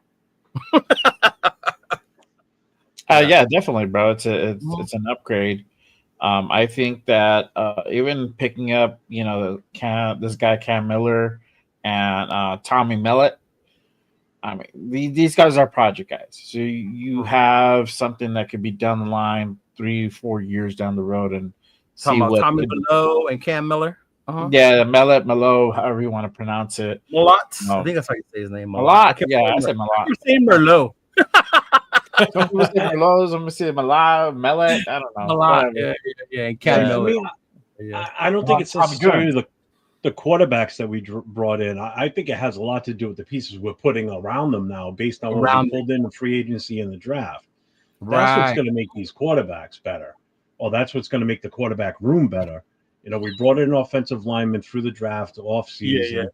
You got a running back that we can pretty much feel good about. You know, we brought in wide receivers. We've got Brock Bowers. I mean, we're putting the pieces around them that are going to make them better regardless of who they are. You're right. You know, so Geno's only going to be better than what we thought to begin with, because look what we gave him now. We gave him a run game. We gave him some offensive line pieces that are going to make him better. He's never played with Bowers before, so that already is a lot better than Noah Fant, which is what he had in freaking Seattle. You know, it's Miller's not just back on the field, right? Back at practices. It's not just the quarterback; it's everything around him. You know, everything around him just got better than what it was starting on Wednesday night before everybody went to bed. You know, so and I don't think I've ever asked you woke up Sunday morning going like, "Wow." Yeah, I always tell my brother about his team. My brother's a Chiefs fan, and I always told him. And people say they got lucky; they landed Mahomes. They didn't get lucky. What Andy did was build a team that by the time you got and you found the guy you wanted to, and you were able to go get him and just implement him, put him in, and that's what they did. Right? They had Alex Smith, right, which could be like our Geno or whatever, right? Getting you, and he was only going to get you so far because he is good, but he had his limitations. And then you find that guy, right, that's going to be your fucking dude, and you finally pull him, and you insert him, and the weapons are already there. The O-lines are already there, right? We're already starting to create this defense. Because at first it was more about offense with them. Then later on, they started developing their defense. But it's like, that's what I thought we always should have been fucking doing. Right. But again, I was always one that I was so in my mind about we need a quarterback. I just wanted to have the fucking quarterback already because I was tired of the garbage that we had after DC, the non-plan, right? Whether it was Jimmy or whoever the fuck they brought in to Minshew, to all that shit, right? Yeah. And but hold on, this was funny, bro. It was he said, I'll give Shedeur credit. He was right about a team having to trade up for him. He just didn't clarify what round. Right. I told you that we were taking a quarterback. But that's a good way of putting it. They didn't say what round. Right. Yeah. I mean, Jeff, I completely agree. It's not about the excitement of Geno. I think it's the excitement of the pieces that we built around, because I thought bringing in Geno, okay, he's going to help us compete, but I don't care what quarterback you are. If you don't have pieces to help you out, whether it's a damn good defense or it's pieces to help you, quarterbacks don't stand a chance for the most part. Right. I mean, look, I know you guys might have heard me say this before, but I've said it on my channel. quite a bit is, go look at Mahomes' stats when he lost Isaiah Pacheco, when he lost Rashid Rice, when some of his offensive linemen went down. Go look at his stats, man. He looked like a middle of the road quarterback. Right. The defense did it looked all the horrible work last year. You go look at Matthew Stafford when Puka Nacua and Cooper Kupp were out, and they had 2 rookie offensive linemen starting in the first half of that season. They scored 1 first half touchdown in I think a 6 or 7 game span. And Matt Stafford looked horrible, did not look like a good quarterback. And so quarterbacks can't do it on their own. Patrick Mahomes is probably the closest thing that I've seen him actually cook something up with barely anything around him. And Tom Brady too. But Brady too. That's few and far between. Yeah. That's very few and far between. And so that doesn't happen very often. Yeah. No, plus there's also certain coaches that can find quarterbacks. You look at McVay. He had Goff, did his thing with Goff, and then shipped him to Detroit, knew he wanted Stafford, and now he wins the Super Bowl with Stafford. Super Bowl. And they were the closest team to beating Philadelphia last year in the fucking playoffs, bro. Yeah. Rams were with Stafford. So there's certain coaches that understand how to find them and the traits that they're looking for in quarterbacks. Yeah. And those are the ones that have themselves a quarterback. And so they're and I've said this for the majority of my life. The quarterback position is without question the hardest thing to evaluate. It really is, because it's not just what traits do they possess and what are their flaws and how do you correct them, but it's also how do you complement them with their weapons around them? What type of quarterback, what type of talent complements what they can do? And it's hard to match all that together. The pieces have to come together. And the one that shocked me though with all that was JD5. Because I wouldn't say he has a lot of weapons. He doesn't, I think, but I think Jaden Daniels does have that he's able to take off and run. Like when you have your legs, it definitely plays a factor where you can get yourself out of trouble, right?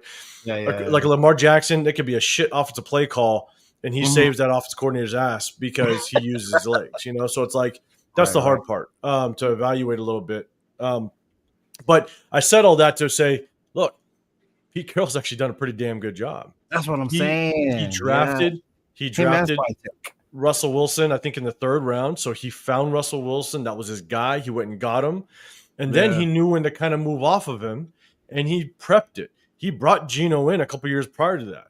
So he kind of prepped the situation of knowing I need to prep for life after Russell Wilson, and he found his guy. So the hope is that either Pete Carroll knows we already got something in the building that's going to cook a little bit, or we're going to trust that maybe he finds something next offseason or in next year's draft. So, it's obviously please, when you say that, you don't mean to say next year's draft, saying it's because the quarterback class is going to be better next year, right? Not that I do like Drew Aller, but right. I'm not saying the quarterback class is necessarily going to be better, right? Because we don't even know who the fuck is going to come out at this point anymore. Yeah, and you don't know. You don't know who is going to pop out, right? You have no clue who that quarterback that's all of a sudden his name's going to get real hot in the beginning of the season, or a name that's going to completely fall off. Right. Everybody was saying one name that they're probably not going to let come out is going to be Arch. I can't see the Manning stable let him bail out of college that early. I think they're going to want him to play the full amount of time in college, to be honest with you. They might want him to get what they could never get was that national championship. That or the NIL money. The NIL money. That too. That NIL. Yeah. Surprise. Yeah, that's true. You're right, because you do get surprises. I mean, I knew of Cam Ward, and I hate to say this, and I hope Ant's not on the channel anymore. But shout out to him, the way he brought his value up this past season, right? Because he was not the projected number 1 quarterback going into the offseason, right? You had persons who were fucking all over Carson Beck and Gabriel, all those dudes. Even Dart brought his stock up this season based on how he played, right? So you definitely will see different quarterbacks, maybe that we're not naming right now, come up next year, right? Yeah. Their name might come up, and they're going to enter the draft.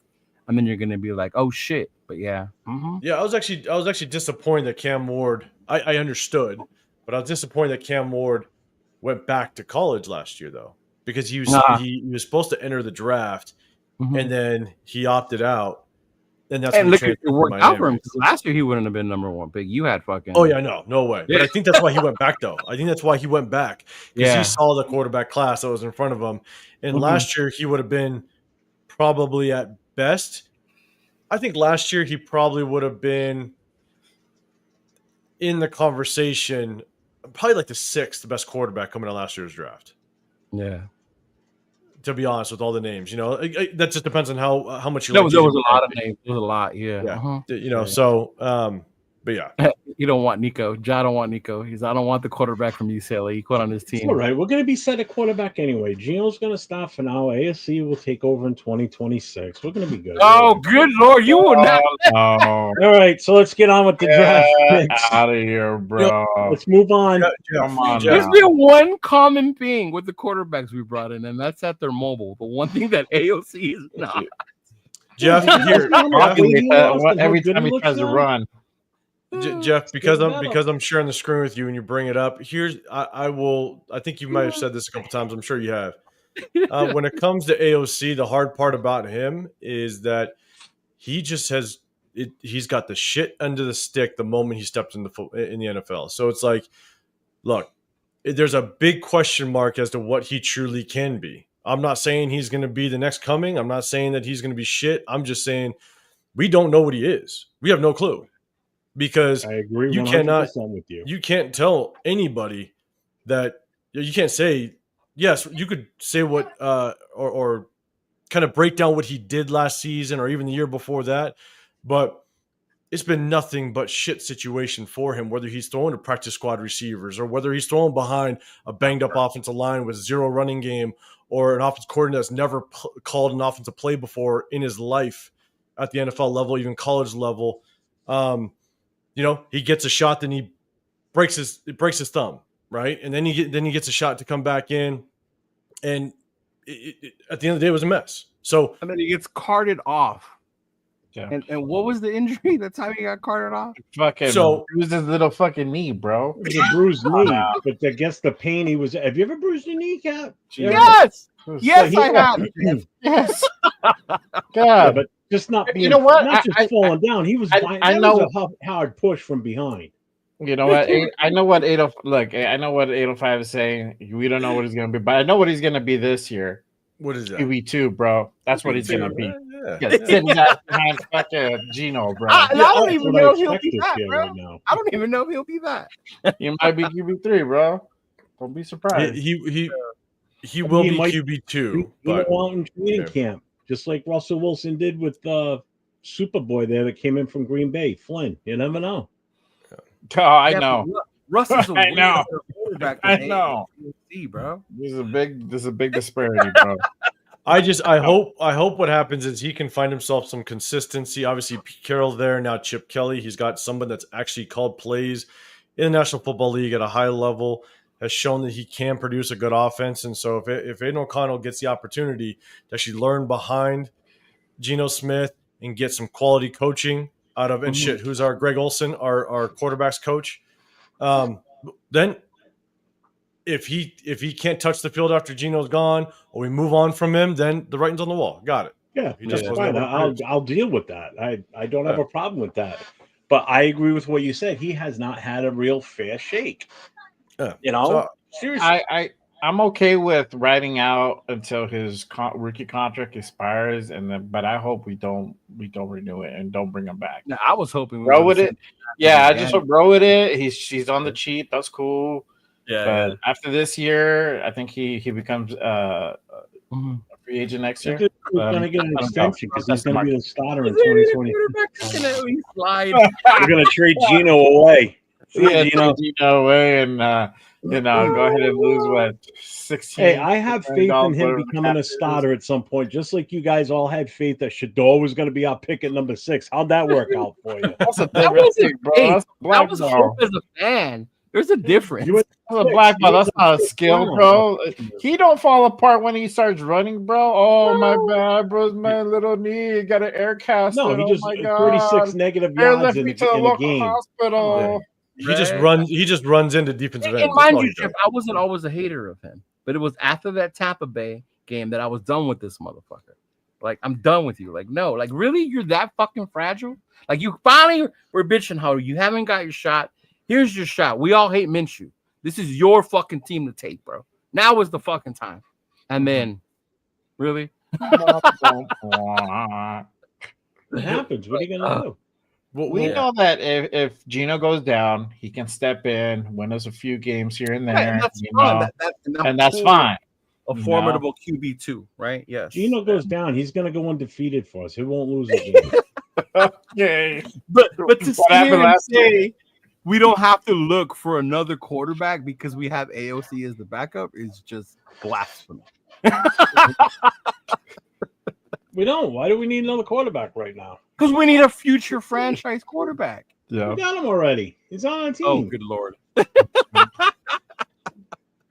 There's no reasoning with Jeff. You guys Absolutely not. Whole year because of his knee. Ewers must have done terrible when he came in with all these other guys in their 30, just thinking our draft. You know what I think? Yeah, I think Ewers must have been that bad for him to fall as far as he did. One, maybe when he did his own personal workouts, his performance at the draft. I don't know what's going on with Rourke's knee. I honestly was shocked too, because I mean he wasn't my favorite quarterback, but I see the plus in Rourke. Right, he's got the size, he's got the physical tools, things of that nature. Can he be coached up? Definitely, but. Yeah, man, that was crazy. Oh, Frank, say it louder. And motherfuckers were mad we didn't tank last season. I'm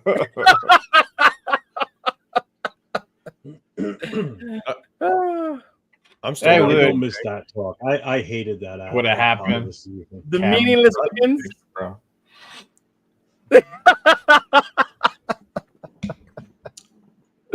Oh man! Well, either way, I don't think we're drafting in the top 10 next year unless we trade up into that. No way. Into that. Yeah, I mean, not. I don't think not that it couldn't happen because we're the Raiders, right? So I don't see that it couldn't happen, but I don't want that to happen. I don't want injuries happen like it happened last year. That's what I'm saying. Yeah, I hope not. Like if injuries happen, like we don't know what the fuck, right? Yeah. So, what's up, Dixon? I'm knocking on everything, dog. Fuck that. Keep our boys healthy for sure. So shit. Yeah, let's keep going. We went on our rant. So the third round, we had good picks. Darian Porter, one of my favorites. Definitely Pete Carroll on prototypical corner. I was excited about this one, 805. I think I jumped out of my chair. I think you made a little bit of noise. I like that. All right. And then of course we got into what 805 wanted was the big man. Oh, this is where I got happy. One of the big boys. I got happy Friday night. Yeah, he was excited about fucking Caleb Rogers, bro. He definitely was, right?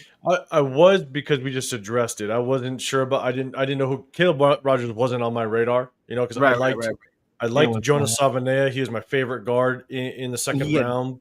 Yeah, but Miami traded up and got him. I was pissed, but I was like, okay, Wyatt Millam's still there. Cool. Like that was my second favorite, but then the Jags snagged him up. And then they ended up they ended up actually getting Caleb Rogers. I was like, cool. They addressed it. Let me take a look at the kid. And man, the more and more you watch the kid, I'm like, damn, kid's actually pretty good. I think he's got enough skill set to really fight for that starting position. At this point, anybody's better than Dylan Parham. If Alex Kappa ends up starting, we're going to have some problems. So I hope he's a starter. You got a question, 805. So they watch your draft review earlier, and then they watch ECG's breakdown as well. What's your take on Porter? How big or small is his bust potential? Oh, man. Okay. So when we picked Porter, there's a guy that I actually wanted that was still on the board, which is Azariah Thomas from Florida State. Oh, yeah, the Florida State kid. Yeah. That's the kid that I wanted. Here's when I watch Porter, the tough part about him, I think he's got extremely good ball skills when the ball's in the air. I really like that about him. he kind of gives me, and I think Pete Carroll actually said this, Pete Carroll kind of did the whole the Sherman comparison. Yeah. And he does kind of give me that Sherman type of vibes, to where, as much as I think he had a pretty good athletic score, I think he had one of the best athletic scores, I think. Let me check it. I'll check it right now. I have it. I'm be really curious how he supports the run. I know he can come up and come up on the run. I'd be curious just how well he does it. 9.9, bro. Yeah, that was his big score. I think no, 9.68. My bad. Yeah, he can come up and support the run. I'm a little shaky on it when I watch some of the plays that he has. I just hope that he can keep up agility-wise with some of the better receivers in the league. I just watching him, he just looks just a little stiff at times. Not saying that he's not saying he's not going to work out. I just have my concerns. I actually liked Azariah Thomas much better than him, and I think he went like 3 picks later. So, but look, if Jacorian Bennett holds down that number 1 and he's our number 2, it's a pretty damn good number 2. I'll be honest. Right? Yeah. So I'm not mad at the pick whatsoever, and I do think it was a need. And when you pick him, we added some serious depth in this draft. I think not serious, but I think we added some depth, some competition. Competition depth. And when you pick somebody in the 3rd round, he better be he better compete and potentially be a starter. You're picking him with the intention of him being a starter. So then why did we get him in That's the guy. Yeah, what? That's Charles Grant from William and Mary. Now, I liked him, but I thought it was soon. But I was just glad that we took another lineman. But to your point, what we talked about, a 3rd round pick should be a potential starter. Yeah. I like the kid's upside in Charles Grant. I really do. Yeah. But man, there's clips where I'm sitting there going, man, like he detaches from defenders fairly easily. Sometimes he more. That was the one I just laughed at. Yeah. Yeah. You know, he just needs to be coached up. I mean, he's coming from a small school. You don't know how he's going to handle NFL caliber talent. You just don't know. And so I posted a video on my channel earlier, and I'm like, look, if with Joe Philbin still in the building and is going to be able to help with, obviously, Pete Carroll's son, trying to develop this offensive line and coach up this offensive line, let's hope not this year, but possibly next year, he develops into something, because we don't know what Colton Miller's future is. Colton Miller could be gone next year if we don't extend him, and they might be thinking this is the guy. So I think we keep Colton. I feel you. And on a side note, Colton Miller did attend the voluntary OTAs this week. So good. That's a good sign. And I'm happy to see that. And I think he's going to stick around. I think something there might have been some communication finally, and some reassurances made. Like, hey, you know what? You just be patient, type of thing. You know, you'll get. Did you see Grant's practice film from Grant, which was on his highlight reel, which I don't know why. Yeah, the bowl from the bowl the Senior Bowl practices. I didn't watch a lot of it. I saw a couple clips here and there, because that's where I'm hearing that you're seeing a lot. Because obviously, I mean, they put more stock in the practices sometimes than they do in the actual game. And supposedly, he was out there pretty kick ass out there. And this was on his highlight reel, so I don't understand why. Because I am not impressed. This might be one of them. You ready? Yeah. That's him. Yeah, this is the one where you just kind of lower. What the fuck was that? Yeah. You saw that. You saw that a few times, and that's. Yeah, I don't know. That's like, you know what that is? That's the 3rd grader that hasn't played football before, and he's learned to block for the first time. Yeah, that's what that is. It reminded me of back when I used to play in high school, where offensive linemen couldn't use your hands. You had to block like this with your hands up on your chest, because you couldn't use your. There was times where you couldn't use your hands. You had to block with your elbows. So you had to block like this, so you couldn't. You had to make yourself as wide as possible. So, and that was the coaching was fist to nipples. That's what they used to tell us. Fist to nipples. Block like that. So I think he's raw. I do think he's got really good athleticism. I think he's going to have all the athleticism to potentially play. But Jeff, just as well as I do. I mean, a lot has to do with your technique when it comes to offensive lineman. If you don't have the right technique, footwork, you won't stand a chance. If you come out standing up out of your stance, you've already lost the battle with whoever you're going up against, guaranteed. Yeah, you're off base, you're off center, your center of balance is so high at that point, it takes nothing, which is why when you watch Parham, that's what you see with him half the time. He comes out of the stance too high, off center, and he ends up being bent over backwards because he's trying to recompensate for it. It's too late at that point. So he's going to have to clean up his technique. He's got a lot to learn. But again, I think they're just looking at his size and his athleticism, and they're thinking they can coach him up and make him something. So shit, I picked the wrong one. Hold up. There we go. That time ago. He looks like a fucking altar boy. He does. Looks like his name should be Chad, not Tom. Here we go. That's it. Okay. Yeah, that's him right there. I don't know. Maybe I want more nastiness out of someone that big. Maybe some of the footage I saw, man, it looked like he was just like tossing kids. Yeah, he's got some good highlights. This is on Baldy's channel, so Baldy's trying to find the good in him. Yeah. Mm-hmm. Was this off the cutting room floor that they didn't want anybody to see? No, this is on Baldy's channel, so I don't know where he got this from. This is about him being a sleeper offensive tackle with huge upside. Yeah. You mean he was sleeping as he was playing offensive or sleeper usually. I mean, right there, the way his arms are, the way he's using his hands, that's a good thing, right? He's got good use of his hands, the way he's fighting. Yeah, but his feet are still. I think that they're still too far forward on him. He needs to get them back more. Here you go, right there. He pushed the dude right there. Takes on the line. Pushed the dude. Sleeper usually means like maybe 5th, 6th, right, 7th right. round. Yeah, right there. That's a hold. That's a hold. Flag on play. So like, and I think watching Baldy was where I caught onto this kid as a sleeper. But like I said, on the third, it seemed like a reach to me. Yeah. Mm-hmm. But maybe they really liked him, and that's why they took him in the third because they didn't want. Kickouts look good when he's first coming off the ball. He's well. I think what ends up being a little confusing, right, is you have this pick that is clearly a project. He's clearly a project.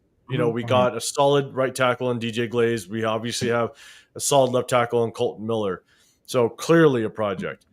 I think what was really interesting is you get him and then you follow it up with the next pick in the 4th round, which to me was probably the Dante. Love that pick. Yep. Love that pick. Like there's that. I mean, that pick, you're sitting there going, maybe if they're really high on Charles Grant, right? If they're really high on that kid, maybe they thought he wasn't going to get past 108. And they knew they wanted Deontay Thornton.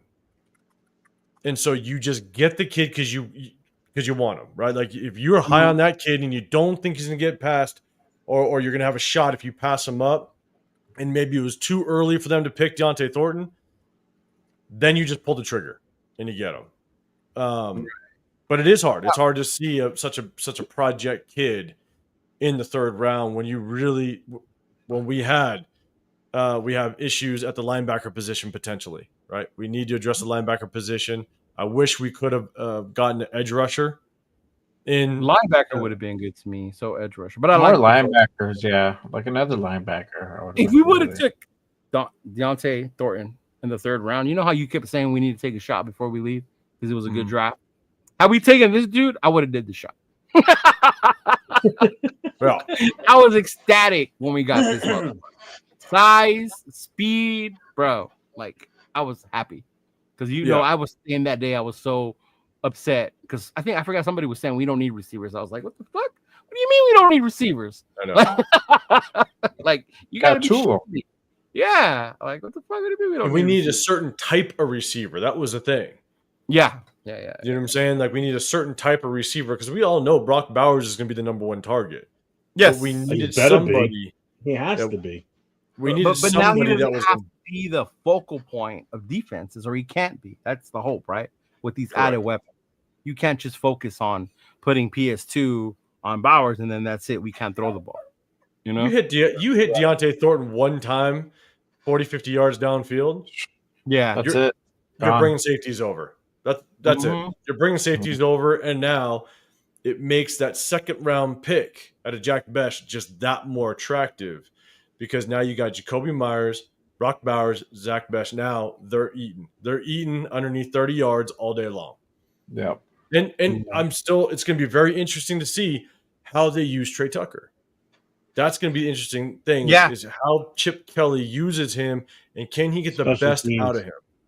Now, I think having the weapons and the receivers, the kind of receivers we have now you can utilize Trey the way he's meant to be. I thought we were doing a disservice to him by putting him out there at 2. That's not his position. But and this is where it was tough because we had to. Because if you remember, Michael Mayer goes, right? And so now we need to rotate. Basically, we got Justin Shorter off the practice squad. We're rotating tight ends. But now all of a sudden, Devontae Adams wants out. Right? Yeah. And we ship him off after what? Week 3. 3, 4, around there, yeah. Mm-hmm. Around there. Jacoby Myers now has to step in as the number 1, but then he got hurt for 2 games. 2 games, yeah. We have Trey Tucker and DJ Turner as our number 1 and number 2 receivers. So bad. Practice squad guys. Yeah, receivers. And so exactly. We had no choice but to move Trey Tucker around into positions that he wasn't intended to play. Yeah. And so I think that's what makes it tough. So again, hopefully we can stay, again, knock on as much of wood as we can find. But hopefully we stay healthy and Trey Tucker can play that true slot position, move him around, put him in motion, try to get him across the field. Utilize his speed. So we'll see how it works. I just want to go back to the 2 offensive linemen, especially Grant, real quick, because I've heard this a lot too, and I'm okay with it. What about moving him inside the guard too? Because that's our weakness right now on that front line is our guard positions. Yeah. I am not opposed to if I'm not opposed to them moving. That's where we're weak. Yeah, he did play guard in college too.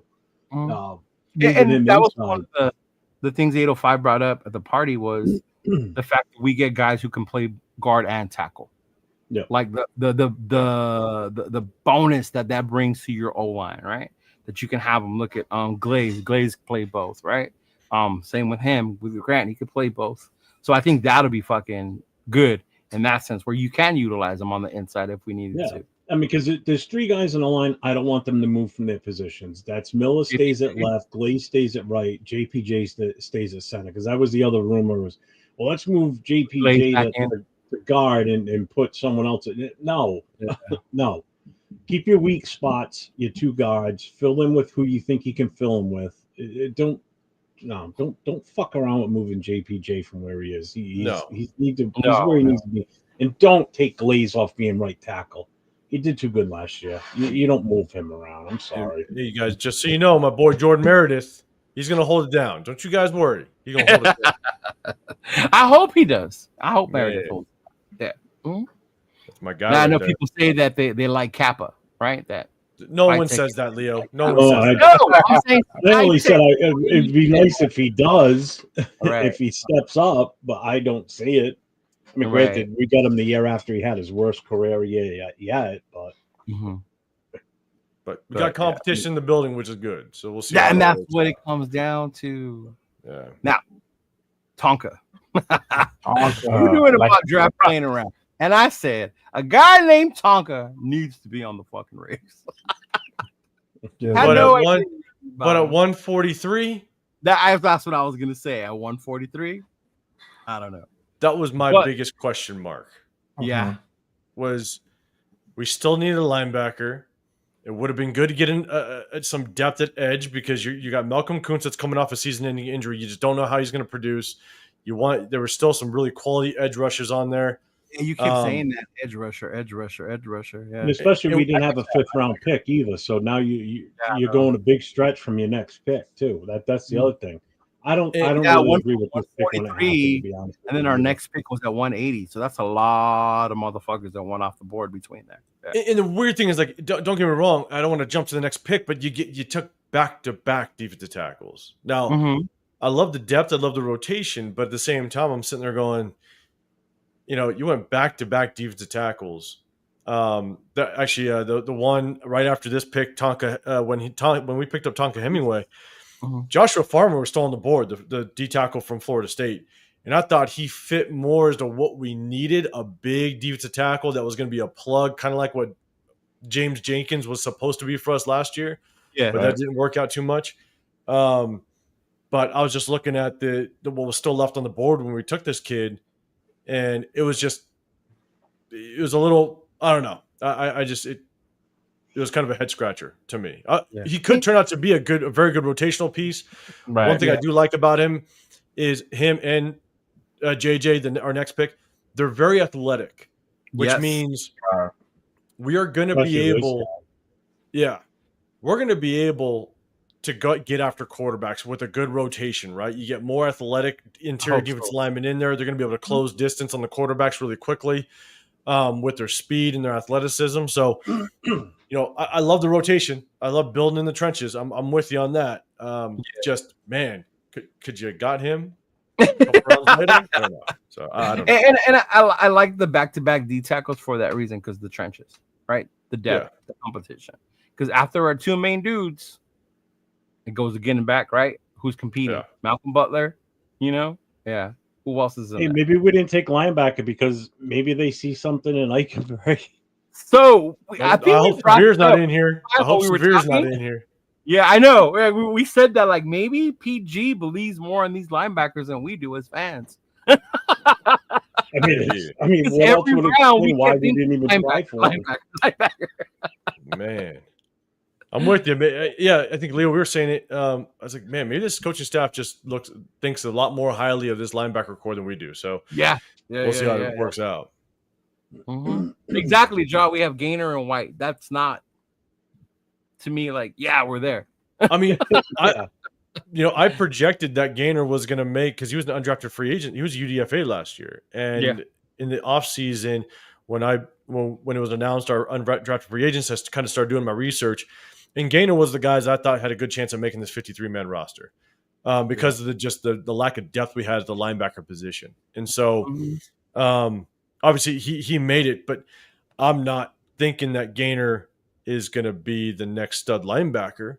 That remains to be seen. Like Blaine, but Gaynor and White don't remind me of like Romanowski and Beaker at I will say that. But when you get to number 7, I don't know. That's my sleep. Remember Morrison, the law firm of Morrison, and what was the other linebacker? Kirk Morrison. Johnson, wasn't that the kid's name? No, Thomas Howard. Yeah, Thomas Howard. The law firm of Howard and Morrison and Howard. If we can get back to those days, bro, I'd be cool. Morrison was the reason why I was good with being a linebacker as a youth kid. Yeah, Kirk Morrison, Captain Kirk. Yeah. He was cool, man. He was cool. Yeah, I liked him. Yeah. Morrow. But I mean, like you said, and then of course we didn't have a 5th-round pick, but I like this kid. I got excited about him, the athleticism. Right? I thought it was a great pick. I thought it was a great pick. Pegues, I really, really liked him. I hope I see him on the offensive side of the ball a couple times as well. Right? Oh, they're gonna cook something up. You know that. Come on, man. How are you not gonna love seeing a big dude like that in the backfield? Tell me you're not gonna get hyped. How funny would that be if two motherfuckers? How funny would that be if Zamir White starts trotting on the field and JJ Pegues grabs him? He's like, no, I'm in. Right? Places his ass on the goal line. That'd be pretty classic. Like, nah, bro. They said we need to get it in the end zone. Like they're putting me in. Like, oh shit.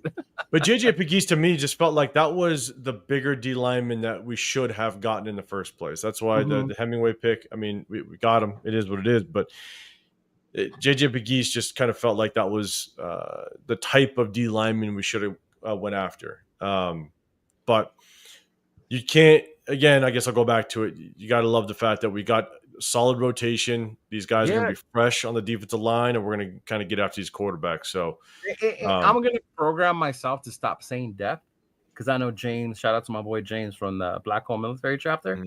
He hates that because he feels we've been signing depth. Now we're drafting depth. Okay, competition. That's what we're fucking bringing in. It's competition. Dude, that kid had some weird takes on Monday night. Holy shit.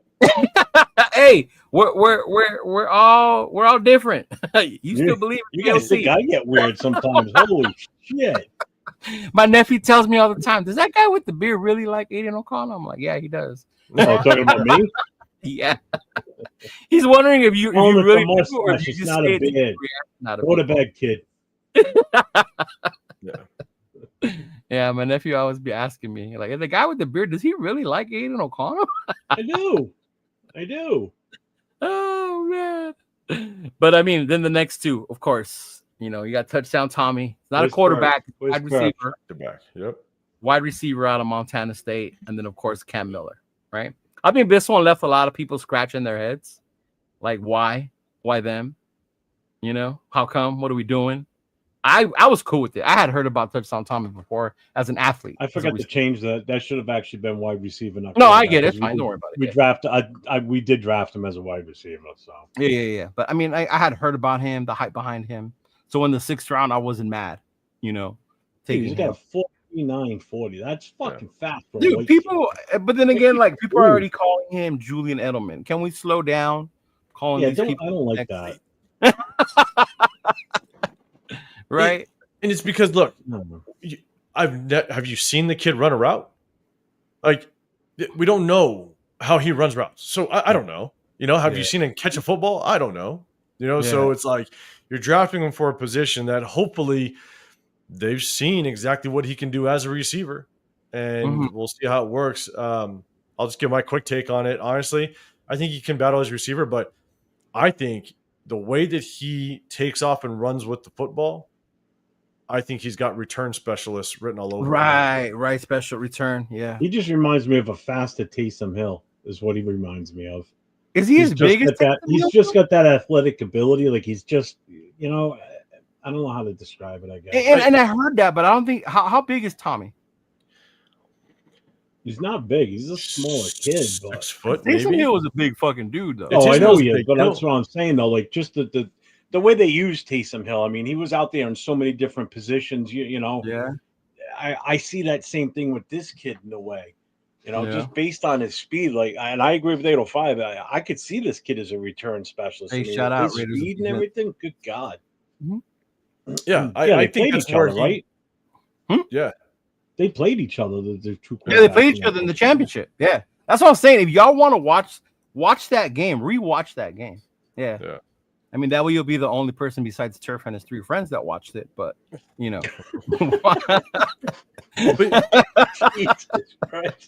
But that's the only thing I can get from his. Because man, I went up and I tried to look film on this kid, and his highlight film's like 20 minutes long. He's got nothing but highlights at that level, and so. But the only thing I can kind of get from his highlights is he works extremely well in open space. When he takes off, he's got extremely good vision. He's elusive.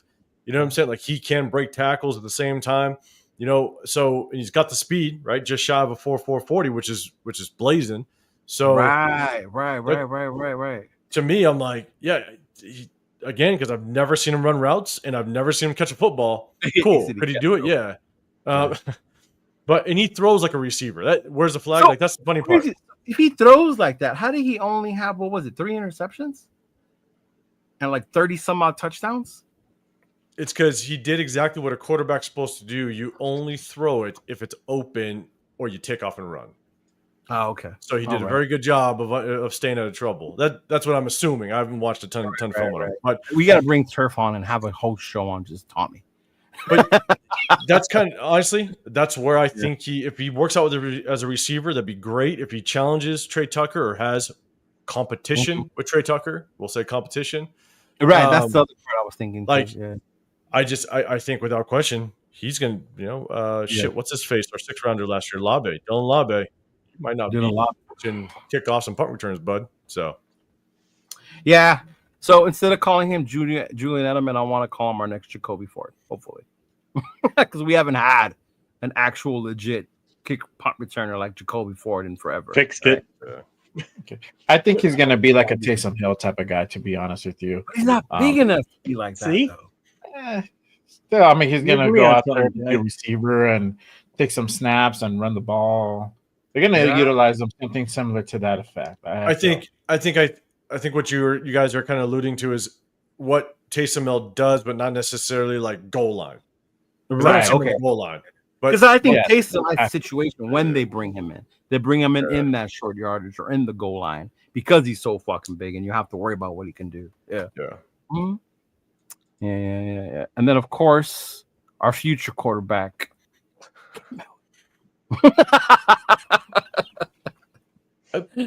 I mean, again, I don't know much about this kid other than that game, the FCS championship, another legend in the FCS. So what they did, all I know is I heard that they did over 1,000, 3,000 scouting reports on the entire draft. So they did their fucking homework when it came to this draft. And if they felt they had to use a 6th round pick to get this kid 2 picks after getting Tommy, there must have been something they saw that they liked and they want to take a chance on. I think the Tommy Mellott one makes a little more sense because if you're really that high on that kid, we had so many picks in the first 5 rounds. Yeah. That these kind of ended up being luxury picks. We had 11 total picks. We've only had 11 draft picks one time in the last 20 years. And so 2007, I think it was. Yeah. So I think with all the trade backs and the additional 3rd and the 4th and all that, I think we had so many picks up front that these were guys that they just did not want to hit the UDFA list. So especially Mellott. Now the North Dakota State quarterback, I don't know. I watched this film. I don't know if he's better than Carter Bradley. He's a better scrambler. Carter Bradley. I heard Chris say Leo likes Carter Bradley on your show, by the way. Did you say? Like as a pure passer, I think Carter Bradley's. I think Carter Bradley has a slight edge over Cam Miller as a pure passer, where Cam Miller has the edge as a runner over Carter Bradley. Not to say Carter Bradley can't move; he can extend a play. He can get a first if it's wide open.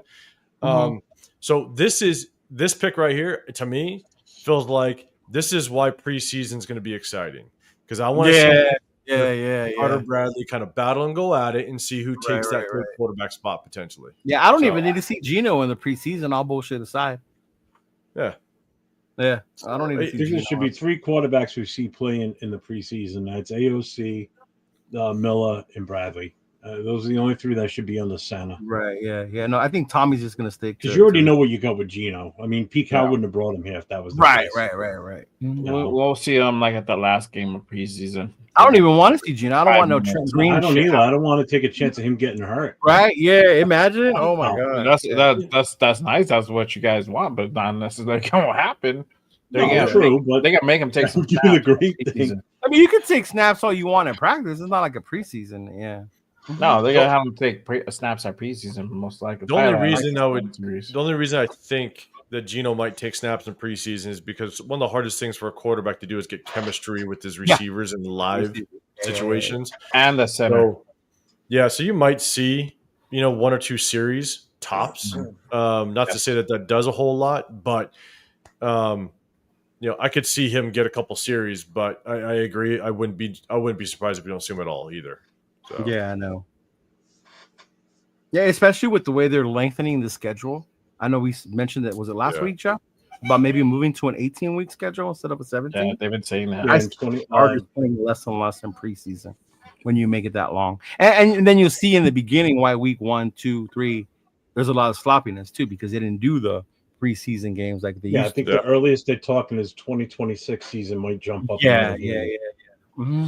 Obviously, it's too soon. It's too late to do it for this show. Rose Town said, "I need to see AOC too and see if there are other two look better than him." Yeah.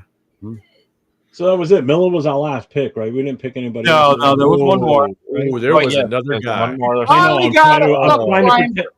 I'm trying to because I know how much he liked this pick. That's why he was in the channel with us when it got picked. Who did? 805 because he liked this kid. He was talking about him earlier on too that night. Man, I think he had actually mentioned him linebacker on day 2, right? You said Cody Lindenberg was still up there.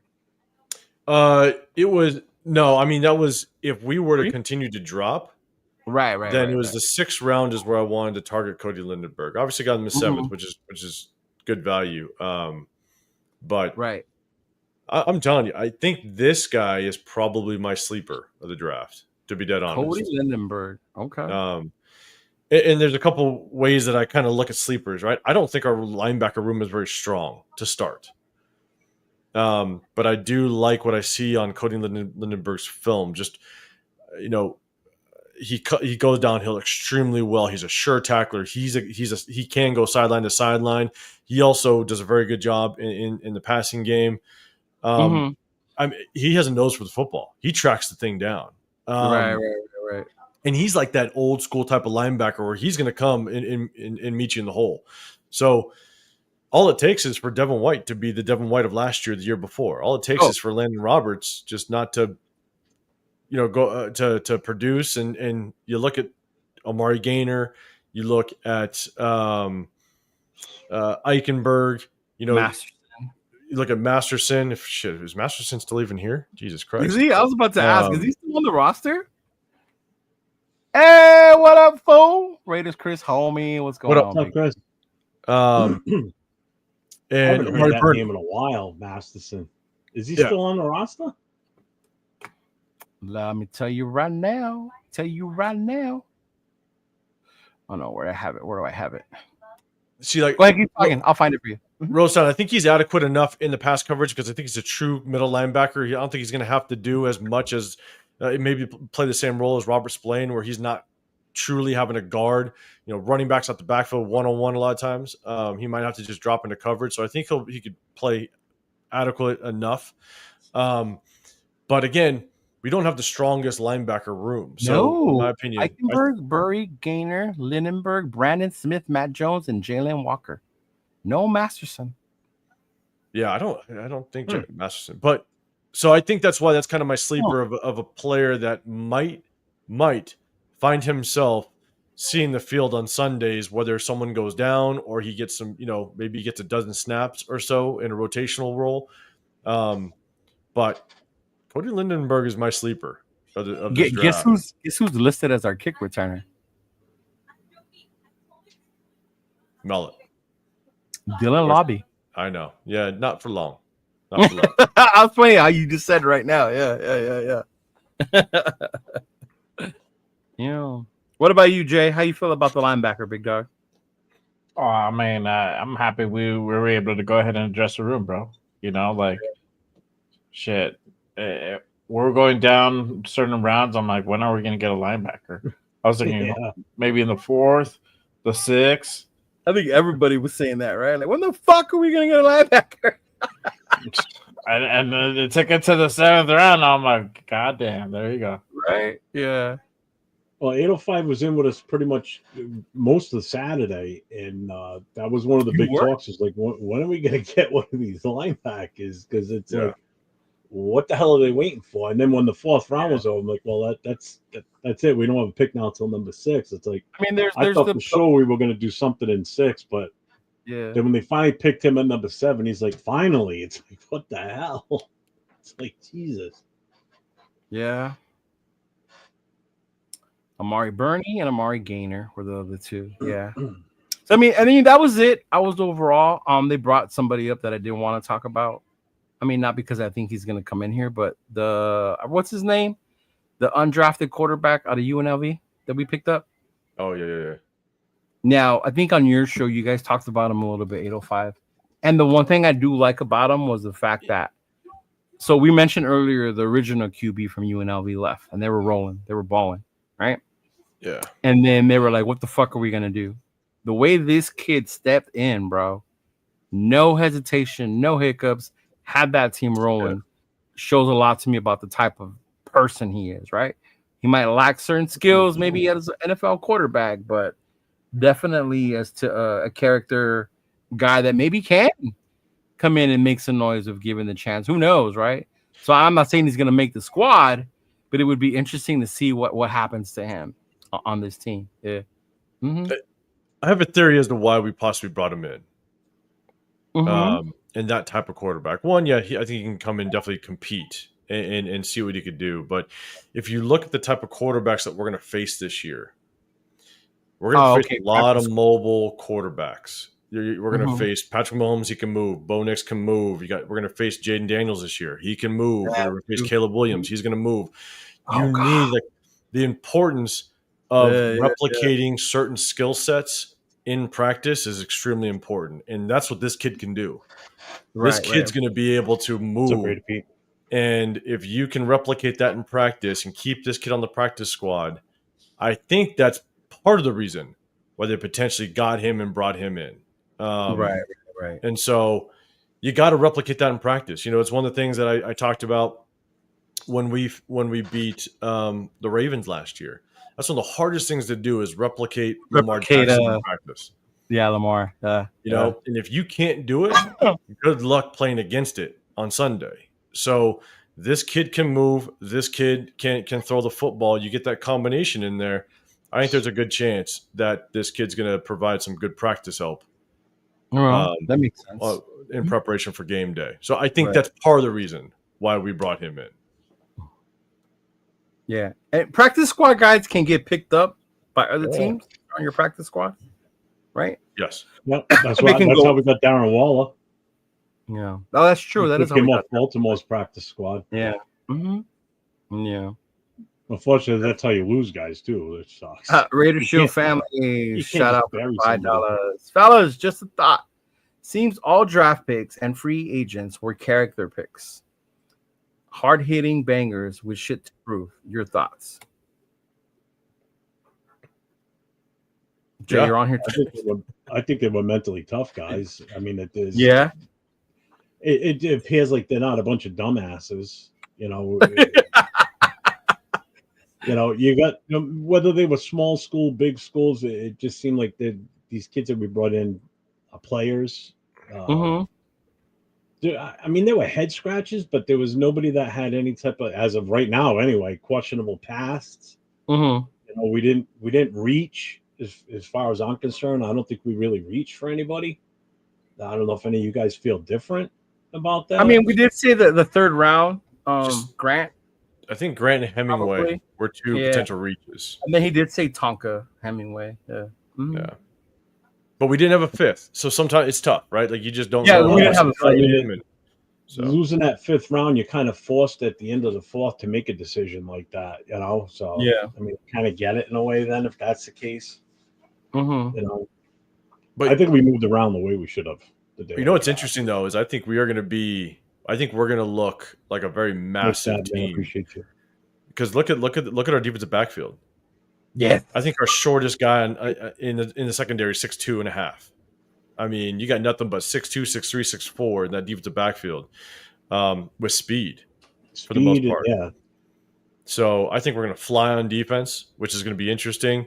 It kind of coincides with the athleticism that they drafted on the interior defensive line.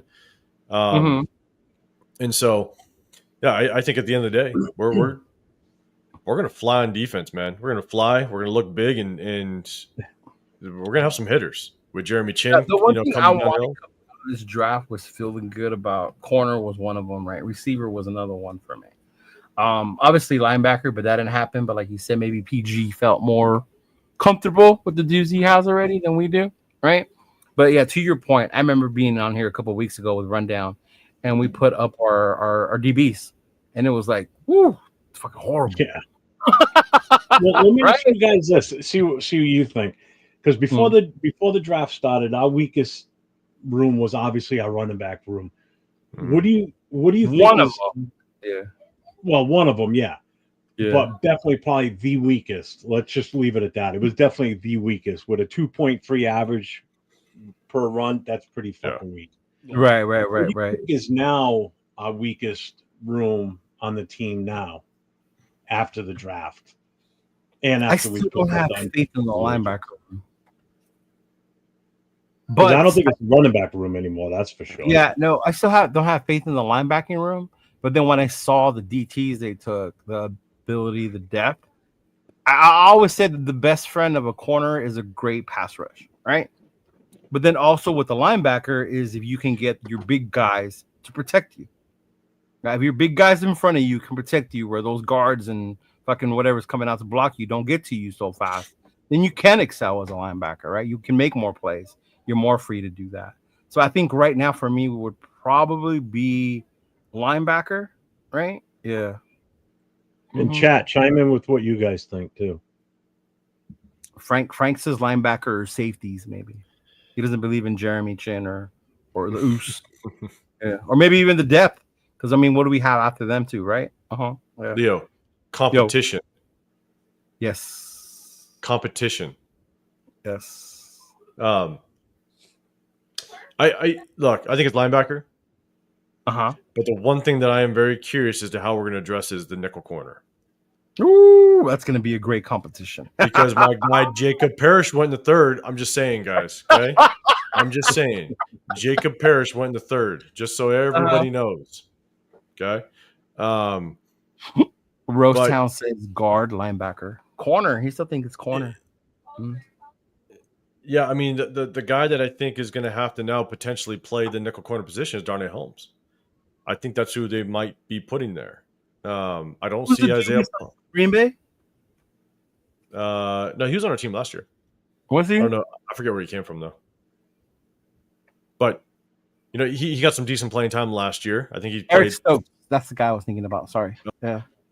And so that's one of my biggest concerns. I do think we at least address the guard position with Caleb Rogers, and so we'll see how that works out. But the nickel corner position, I don't know. No, that's where I think we do have still a lot of salary cap left. You obviously we'll have the cuts that will happen. And I'm still going to kind of stand on it. We'll see what happens.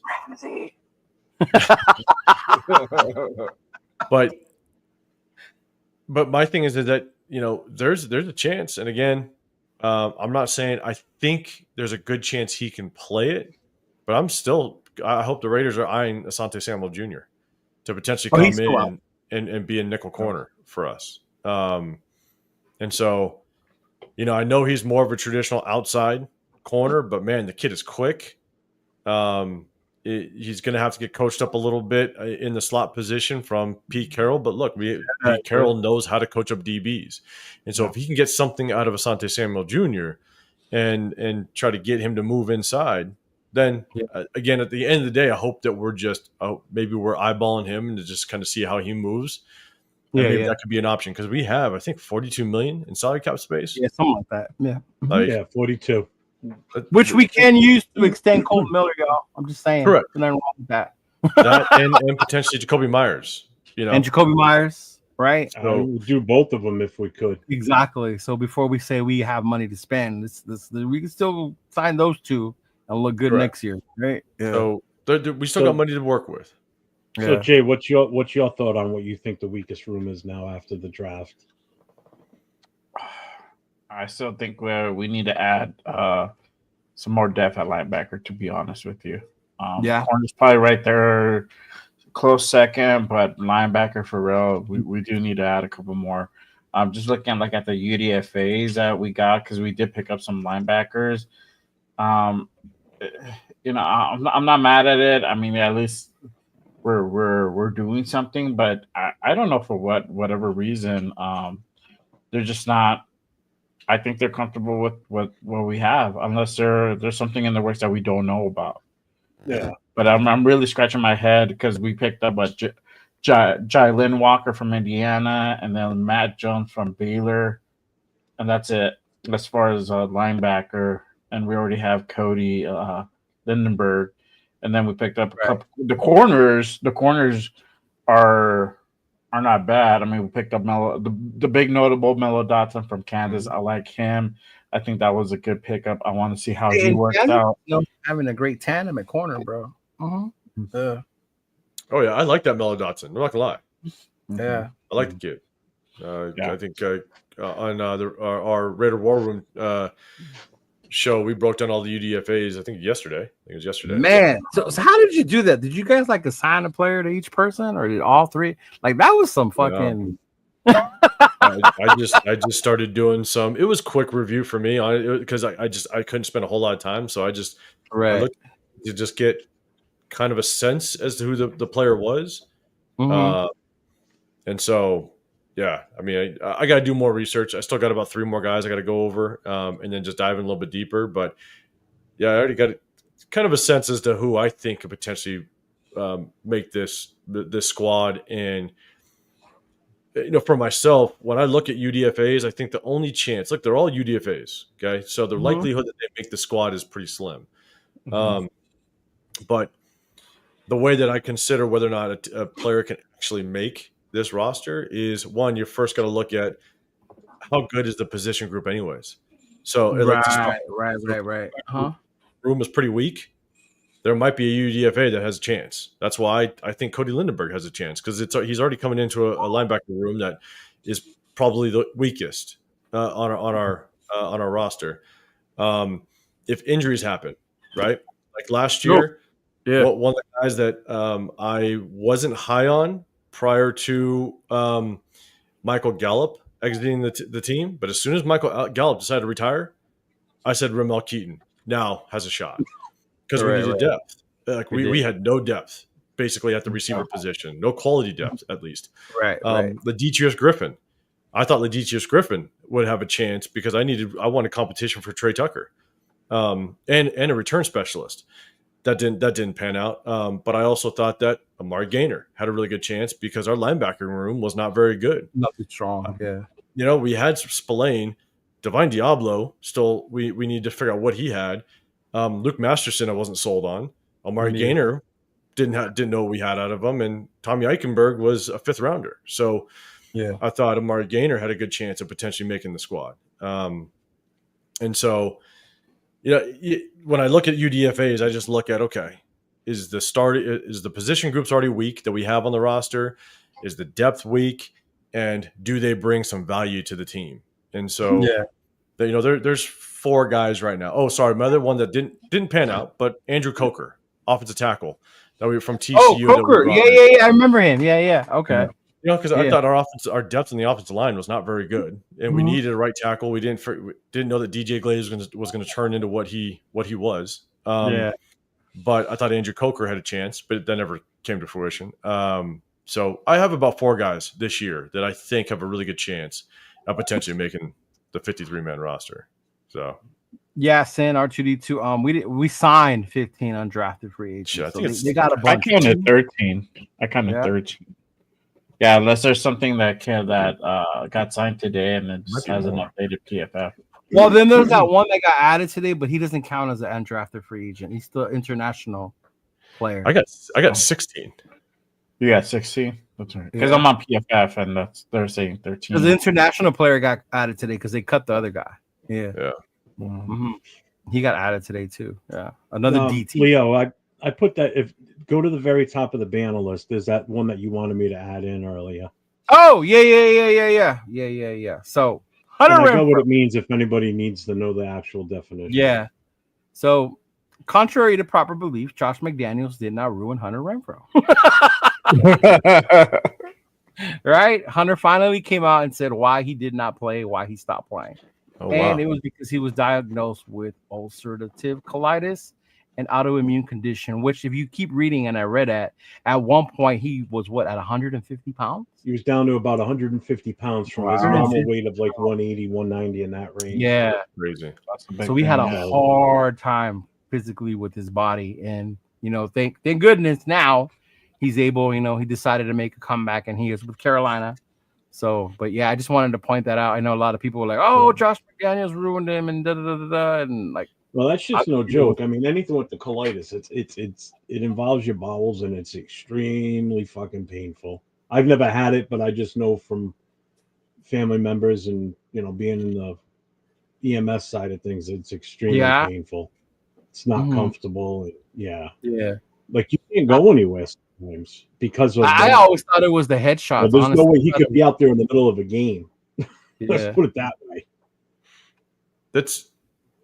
And I think that's really good to point out because you really don't know what's going on behind the scenes. The amount of times that we have players, it's like that's why I wanted to point it out. Yeah, yeah, like my wife, she's got an autoimmune disorder, and luckily she's been able to kind of work through it, but she's had to figure out how to change her diet to make sure that her body reacts a certain way and stuff like that, and so it's hard to figure out. You don't know what's going on until you actually figure it out, and sometimes it takes a long time to be like, shit, did I eat something wrong? Or, is something going on? And especially with football players, you're either taking supplements or you're taking, some sort of protein or what have you that can mess with you. And you just don't know what it is. And so, one example is, and, obviously there's many, but like Jay Cutler back in the day. Yeah. Where Jay Cutler, all of a sudden, he didn't know that he had basically, what was it, like diabetes? Or he had something going on. I forget exact, but sometimes you just don't know it. You didn't know. And you're trying to play through it, and people just think you suck, or people just think, like you gave up. But in reality, you got shit going on. So, I mean, I know a lot of us don't like the guy because of who he played for, but Terrell Davis went through those severe. Oh, Terrell Davis. Oh yeah, the migraine. I mean, they were brutal, and he played in the Super Bowl with that. Yeah, there was the point where he couldn't see sometimes because they were so bad. Yeah, you basically go blind. You go blind sometimes, for real. Yeah. Or your eyes just black out, or they get all white. Like everything you see is kind of spotty, which is what I was going through with my issue. But sometimes my eyes would get, everything would get so bright that I'd have to sit there and keep my eyes covered for a few minutes before I could function again. It sucks. It's no fun, man. One notable undrafted you didn't pick up apparently was Alvaro Martinez. Free safety from Miami. Apparently, he's like touchdown Tommy. Touchdown Tommy has nothing on this boy. So should have been the first pick of the draft. That shouldn't have been Cam Ward. It should have been this guy from Miami, bro. I'm just saying. At this point, Miami owes Aunt Six money. At this point, right? Facts. Thanks, brother. I hope Renfro all the best. Hey, for real, SoCal Sal. Me too. 100%. Renfro will always be one of my favorite players. Yeah. Hey, Rosetown. Hear about what to shout or what to call our new receiver back or whatever. My favorite one was fucking Renfro, man. The slot machine. I fucking love it. Oh yeah. That was fucking beautiful, man. Glad to see he got picked up by Carolina and and it was good to see him playing again. He said, "Who the fuck is Alvaro Martinez?" It don't matter, but it was worth the $2 super chat. That's what because I guarantee people are looking him up like, shout out to our guy. Probably are. Hey, what's going on with Isaiah Bond? Did you ever see his game footage? Who? Alvaro? I have Xbox. Hey, Oz got it. It's great. I'm about to say, I don't know. I don't know if you want to look it up. Who knows what'll pop up in a Google chat? I don't know. Oh man, I'd be afraid. So I haven't looked it up, but I heard that the Isaiah Bond stuff is actually pretty damning. I heard that, or I think it was East Coast. I think East Coast was on our chat yesterday, and he said that there's like text messages that were thrown out that are pretty damning, which is tough. So right. There's a reason. There's way too much access that these organizations have that if he didn't even get picked up as an undrafted free agent, something's up.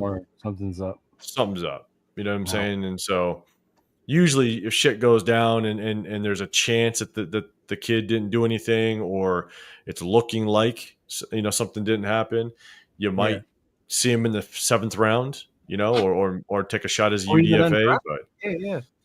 But man, if they're not even pulling the trigger as a UDFA, that's tough. But innocent until proven guilty. But man, he is way too good of a player for organizations not to do their homework and really figure out what's going on.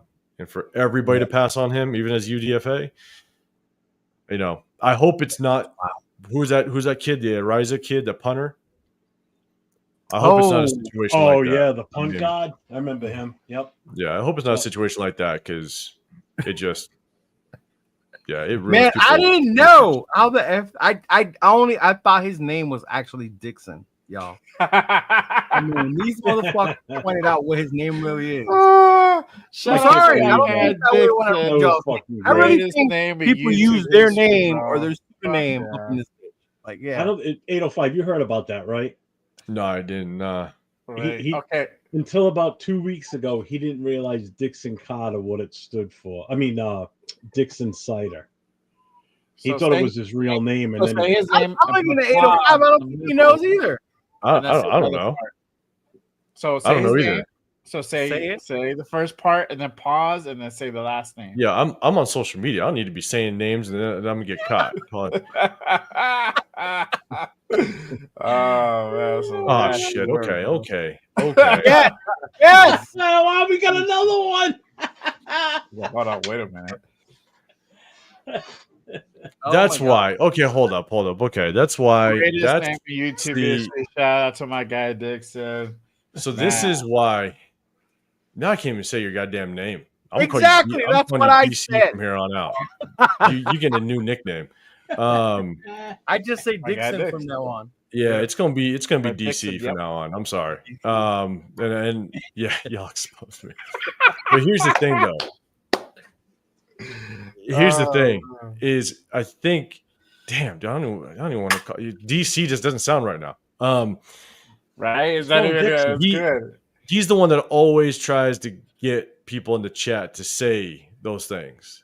No, Bueno does. Bueno does it, but Bueno too. Yeah. Yeah, you're just Dixon now. Dixon does it too. That's what I said. It's almost as good as Navman's old lady. It's almost as good as the name Navman's old lady. Shout out to Ardell. But it's even better when Ardell's name got stuck that way for an extra. He got what 14 days where he couldn't change his name. Yeah. Wow. That's man. Okay, I've been saying that this whole time. Yep, same, bro. Same. Yeah, it took him for a while. Yeah. Jesus Christ. I love it. There you go, Dixon.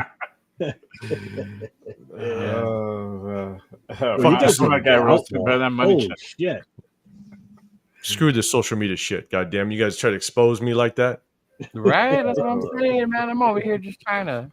I'm just saying it constantly. Yeah, that's probably why the wife gives me the crazy side eye when I get off the lives. She's like, "What'd you just say? What'd you say? You said it like 9 times that live. What's going on?"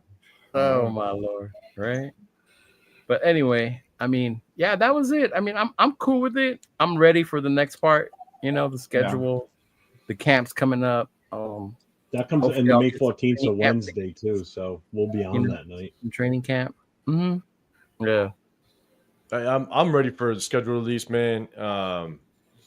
You know, and at the end of the day, it was good. It was good to see us kind of maneuver the way that we did in the draft. It was good to see us kind of make a pick and then kind of counter it to kind of complement that pick. You know, the Genty and then getting Caleb Rogers. You know, addressing the offensive line, you get Jack Besh, and then you counter that with the Deontay Thornton pick to get a little more speed to open things up. And so I felt like they kind of methodically moved their way through the draft, which I don't think we've seen in a long time. So no, and it was like when you think about it, we got 5 guys in the top 100. Yeah, right. And we did it without having to give up the first round pick. I think to me that's what made it even better for me. Because remember, I was anti-trading it back depending on what we got in return. What we got for our second round pick, I loved it. Absolutely fucking loved it. Yeah. Remember last week, Leo, you asked us on the Wednesday night show before the draft. You said, well, how can they disappoint you?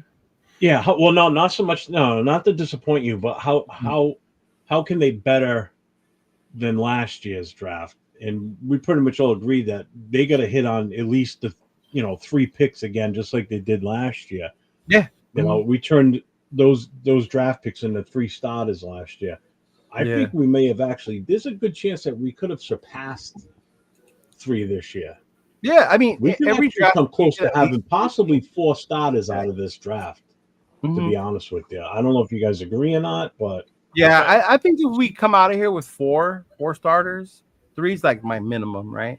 But 4 or 5, I think amazing at that point. Oh yeah, definitely. Depending on Caleb Rogers works out, we could potentially have the first 4 out of our first 5 picks become starters. Yeah. Genty, Zach Besh, Darian Porter, Caleb Rogers, Deontay Thornton. Deontay Thornton. Yeah. You could see potentially like 4. And you could be adding touchdown Tommy as our special teams guy. 4. Yeah. Well, I think the dark horse and all that is what's his name, the linebacker too, at number 7. Lindenberg. He could come out of nowhere for all we know. Yeah, you know, I mean, crazier things have happened. No, what's interesting though is our first 5 out of our first 6 picks were all offense. Yeah. So we prioritized the offensive side with potentially one of the better offensive play callers in the league. You know, Chip Kelly can run an offense in the league. He's proved that.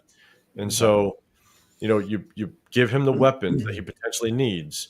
He already has quarterback. He's got Geno Smith. Yeah. There's a good chance. There's a good chance that we can kind of turn this offense around a little bit fairly quickly if these pieces work out. Is familiar working with too at that. Has gotten the best out of him. If anybody got the best out of Geno, it was Pete. Yeah. Rosetown's comment. What did he say? At the very bottom. This stretch we did. The old Stretch Armstrong type thing. Yeah. Man. That's funny. Yeah. My guy, man. That's it, fellas. I know, Jeff, I don't know if you want to share if you and Nate are going to go on tomorrow. Jay, we'll be on tomorrow night. I got to talk to him. I don't know if we want to maybe have someone on or not. But, yeah. We'll be on 10 o'clock Eastern time tomorrow, 7 o'clock Pacific. Friday night, I don't know what's going on yet with Turf. Last Friday night was draft night, so everybody and their brother was on. Right, okay. You got to find out what Miss Peggy's doing, bro. I'm curious how she feels about this draft. Yeah, well, you know what? You know what? Never mind. I'm gonna reach out to her after we get off. I'll read tomorrow. She's already in bed by now. Okay. I'll hit her up tomorrow. Okay. What about you? Do you want to see about bringing her on next Wednesday? No, I'm fine with that. Yeah. I'll have to check her schedule, but yeah, okay. I'll talk to her. Yeah. Shout out Raider Boy. What's going on? What about you, Jay?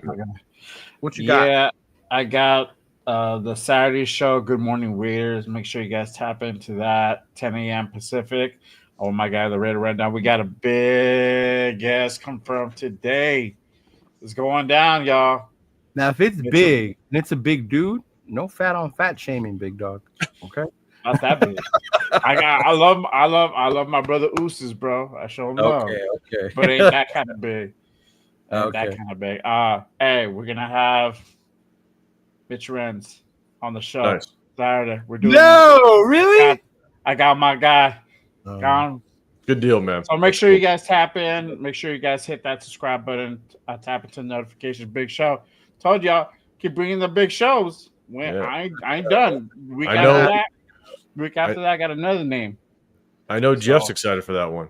Oh, Jeff is ecstatic. I'll behave because it's Jay's show. I won't be a dick.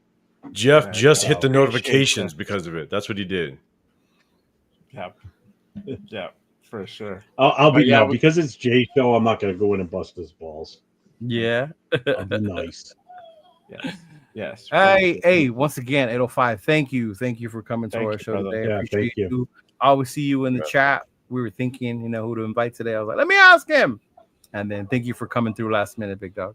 Yeah, man, I appreciate you guys having me. I as much as I can jump on and just kind of chop it up with you guys, because I jump in the chat as much as I can with you guys and show the support. But at the end of the day, man, I honestly love just chopping it up about football, getting everybody else's perspectives, and just kind of hearing what you guys got to say, because at the end of the day, man, it's all opinions. That's all it is. Like I'd like to feel like I come from a place that just with my background, I have a little bit of knowledge of the game, but at the same time, man, I still got so much to learn. So, hearing from you guys and listening from you guys, man, I appreciate you guys inviting me on, man. It was a good time. Well, you have the wealth of knowledge that I think a lot of people like tapping into, and I think that helps too. And like I said, I've learned just from watching shows that you do this past season that I didn't pay attention to prior to, like things I'm picking up on. Hearing him on these shows is one thing. Wait till you get to hang out with him in person and talk football. Well, I can't wait. I can't wait to like meet up with a lot of you guys. Yeah, I loved it. I enjoyed it. You guys come out here for the Patriots. Bakersfield. I can't wait. Yeah. I listened to the wife last night kiddingly. I said, "Hey, do you want to move to Vegas?" She goes, "Why do you want to go to fucking Vegas?" I said, "Because I can, and I'd like to. Why wouldn't I?" Yeah. Make sure you guys give my guy 805 some love. I mean, bro, not only are you just filled with stats, bro, but you put in like the amount of work you do to give us all the insights and everything that you do, man. I mean, you watch hours and hours upon film. I can't do it, man. It's hard. I do it, but it's not. I can't do like whole hours, man. It's just a lot. But hey, man, you balance of the family life. Although you do be wilding sometimes, though, throwing Mario Williams in there with Harrison and No, don't. Hey, I got some people on my side. Okay, I got some people on my side. But you hate on that, Leo. No, you know what's funny though is I'm with you. Like I do watch a crap ton of film. It's just I've been doing it for so I know you guys have heard me mention it, but played for a long time, but coached it for 23 years. And so one of my things was watching game film. My wife, when she first met me, she'd walk in. She goes, I walked in here 3 hours ago. You're watching the same game film. I'm like, yeah.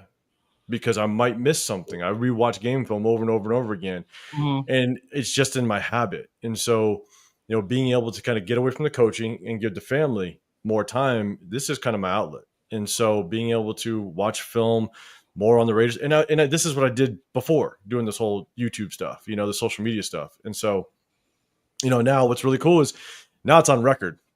Now people can call my ass out if I'm wrong. You know what I'm saying? And that's one of the things, I trust my eyes and I trust kind of my thought process, but at the same time, being able to jump on and get your guys' perspective and learn from it.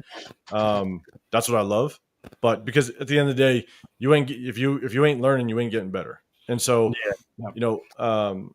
being able to kind of jump on here and kind of talk my piece, but then also get the feedback is definitely what I love doing. So, and Rose telling us all the comment. Yeah, man, if we ever link up, bro, we'll definitely have a couple drinks without be question. ready. Bro. Be ready. I'll be out of Bakersfield, but I'm gonna get you a beer, bro. Buy a beer. I'll buy you a drink. So let's make it happen. 100%. There you go. Hey, and anybody going to Bakersfield, let us know. I want to know. Come by, say hi. Shoot the shit. At the end of the day, we're all fans, and we appreciate everybody who supported us along this way and keep supporting us and through our takes, our hot takes, our bullshit, and everything else. So, but if you are going, for sure, let us know or let me know at least. I'd love to go ahead and say hi to everybody. Yeah, I know Sacktown's going and stuff. So I'll be there in spirit. I know. There you go. Don't cry. I'm a video call you, bro, on Instagram. But look, there's Jeff. You get to meet Jeff. And look for the big banners too, because we'll have a banner. The Raider War Room. I think Leo. We're going to be right next to each other, so Leo's going to have his booth too. And so, man, Jay, if you show up, I'm not sure if you're going to try to get a booth, but if not, man, you can come chill with us. Yeah. No, I'm not going to get a booth. We're barely going to make it out there, bro. No, but yeah, I'll definitely. I'm gonna look. I already told Dub. I was talking to Dub earlier. I'm gonna look for everybody and I'm gonna post up. And I already hit up Dub, and Dub's gonna come and chill with me and Severe, and we're gonna be right next to Leo. And I think the Raider Nation Live guys might be right next to us as well. So I believe we're gonna be actually doing a live podcast from there. Yeah. So it's gonna be legit. I would love to do one. I don't know if it's possible with the whole internet and thing. I don't think it'll work out, but it's gonna be tough. I think it's gonna be tough. Yeah, to be honest. Unless you just straight rocking from your, unless you're like straight rocking from your phone or something like that. Yeah. You know even that was little. Remember when I did it from my phone? It's just different. Yeah. So I feel you, but hey, I don't know, Leo. I don't know if you checked it out, but we might tap into all these guys. Tap into my channel. We'll give you guys updates, but we might be staying at the Clarion Hotel, possibly. Okay, let me know. That's just next to the event, just west of the event. They got a bar You attached said to the that hotel. was right next to the one I told you. One. Yeah. Okay. Let me know. Let me know. We might have to get a room out there to drive back all the way to LA after like a long ass day. I'm going. We'll be able to It's do gonna it. be a long day, bro. I'm gonna set up. I'm gonna be working, and then my nephew wants to have fun. Yeah, it's actually a pretty inexpensive hotel based on everything around it. It's like I think right now today it's like $110 a night. So we're only going to stay Saturday night, and attached to the hotel is a restaurant that stays open until midnight, and then the bar stays open until 2. And so the plan is after the event, man, just spread the word at the event. If anybody's chilling overnight, go to the Clarion Hotel. They have pool tables. I think they do some stuff at that bar that night. And bro, we'll just you said they got karaoke, right? Yeah. And you ain't gonna see me up there, but if I have a couple shots, you never know. Yeah. You never know. I just got a message from MC Raider. He wants to know if it's Leo cheap type hotel or if it's a legit hotel. Bro, it's Bakersfield. That's true. That's important, it's bro. Bakersfield. I don't know. And my girl and my nephew. I don't know Bakersfield that much, bro. I really don't. So I wouldn't know. Yeah. It's like me telling you the difference between Providence and Woonsocket here in Rhode Island. You wouldn't have a clue. But real quick, Raider Pete, I know you asked a question. Yes, I did forget to say that. Saturday night, Chris and I got to reach out to Papa Rundown. We're going to be covering Raider history on the secondary now, because last time it was defensive ends and linebackers. So this time around, it's going to be the history of the secondary position players. You gonna talk about Terry McDaniel, Lionel Washington? I might have we might have a special guest that pops in every now and then. I don't know if anybody's familiar with him, but T3 Tom, he's from DC. He does a lot of history on the Raiders. He's actually in the process of writing a book right now that he's trying to get published. Yeah, he's got a wealth of knowledge. So I'm going to try and get him on at some point too. So that's good shit, because I always try to tap into that, because again, like I know some of the history, but not all of it, man. And you guys lived it, so I know from LA. Oakland history I learned when I used to go to Oakland. That's when I learned the Oakland history and all that stuff. But I lived history forward. Yeah, I know what I know, and I still do a lot of research, because there's a shit ton of stuff out there that I don't have a fucking clue about some of these older players. Yeah, but some of the backstories and like some of the shit that these guys did and everything, and so it's fun. I like doing that show. Yeah, it's a pleasant change. Yep.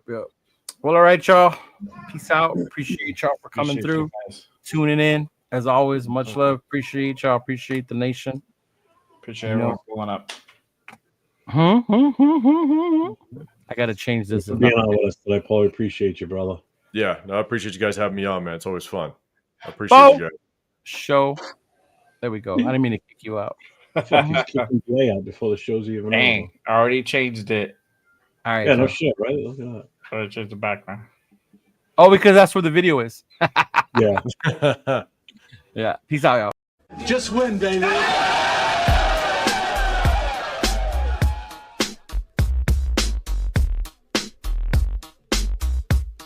Look, check it out. All black with a hoodie, snapback, really snap on. Long white socks, me mugging like I'm King Kong.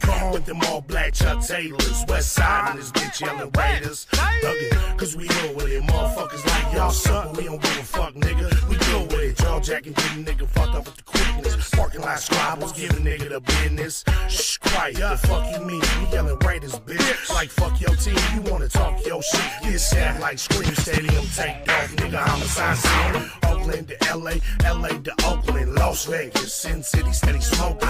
Raiders looking to get another ring, like fuck y'all haters, nigga. Y'all know I mean, we yelling Raiders, bitch. Y'all know what's up, like Raiders, bitch. With it, two niggas up, like Raiders, bitch. I show no love, like Raiders, bitch. Nigga, we don't give a fuck, Raiders, bitch. Y'all know what's up, like Raiders, bitch. With it, two niggas up, like Raiders, bitch. I show no love, like Raiders, bitch. Nigga, we don't give a fuck. With so much drama in the big LV, it's kinda hard being Yaya or end up C, but I somehow, some ways keep dropping these Raider hits like every single day.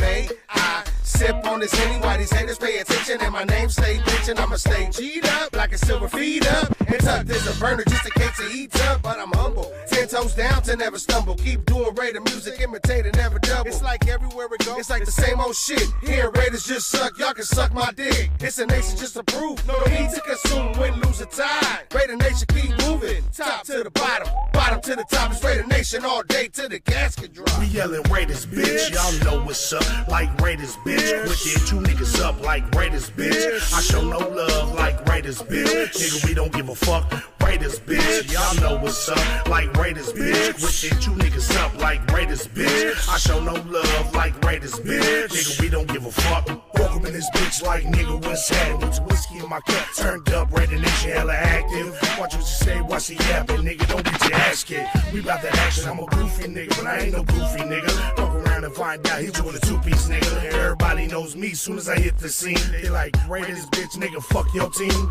Champions Club, I am the one. VIP access, we do what can't be done. I do what I do, nigga, that's on the daily. Talking hella shit, give a fuck if they hate me. Only one nation, Raider Nation, and it's evident. Any other nation is irrelevant. Commitment to excellence, just win, babies, what we telling them. Shout out to the nation, you know I had a rep. We yelling Raiders, bitch. Y'all know what's up, like Raiders, bitch. Wicked 2 niggas up like Raiders, bitch. I show no love like Raiders, bitch. Nigga, we don't give a fuck. Raiders, bitch. Y'all know what's up, like Raiders, bitch. Wicked 2 niggas up like Raiders, bitch. I show no love like Raiders, bitch. Nigga, we don't give a fuck.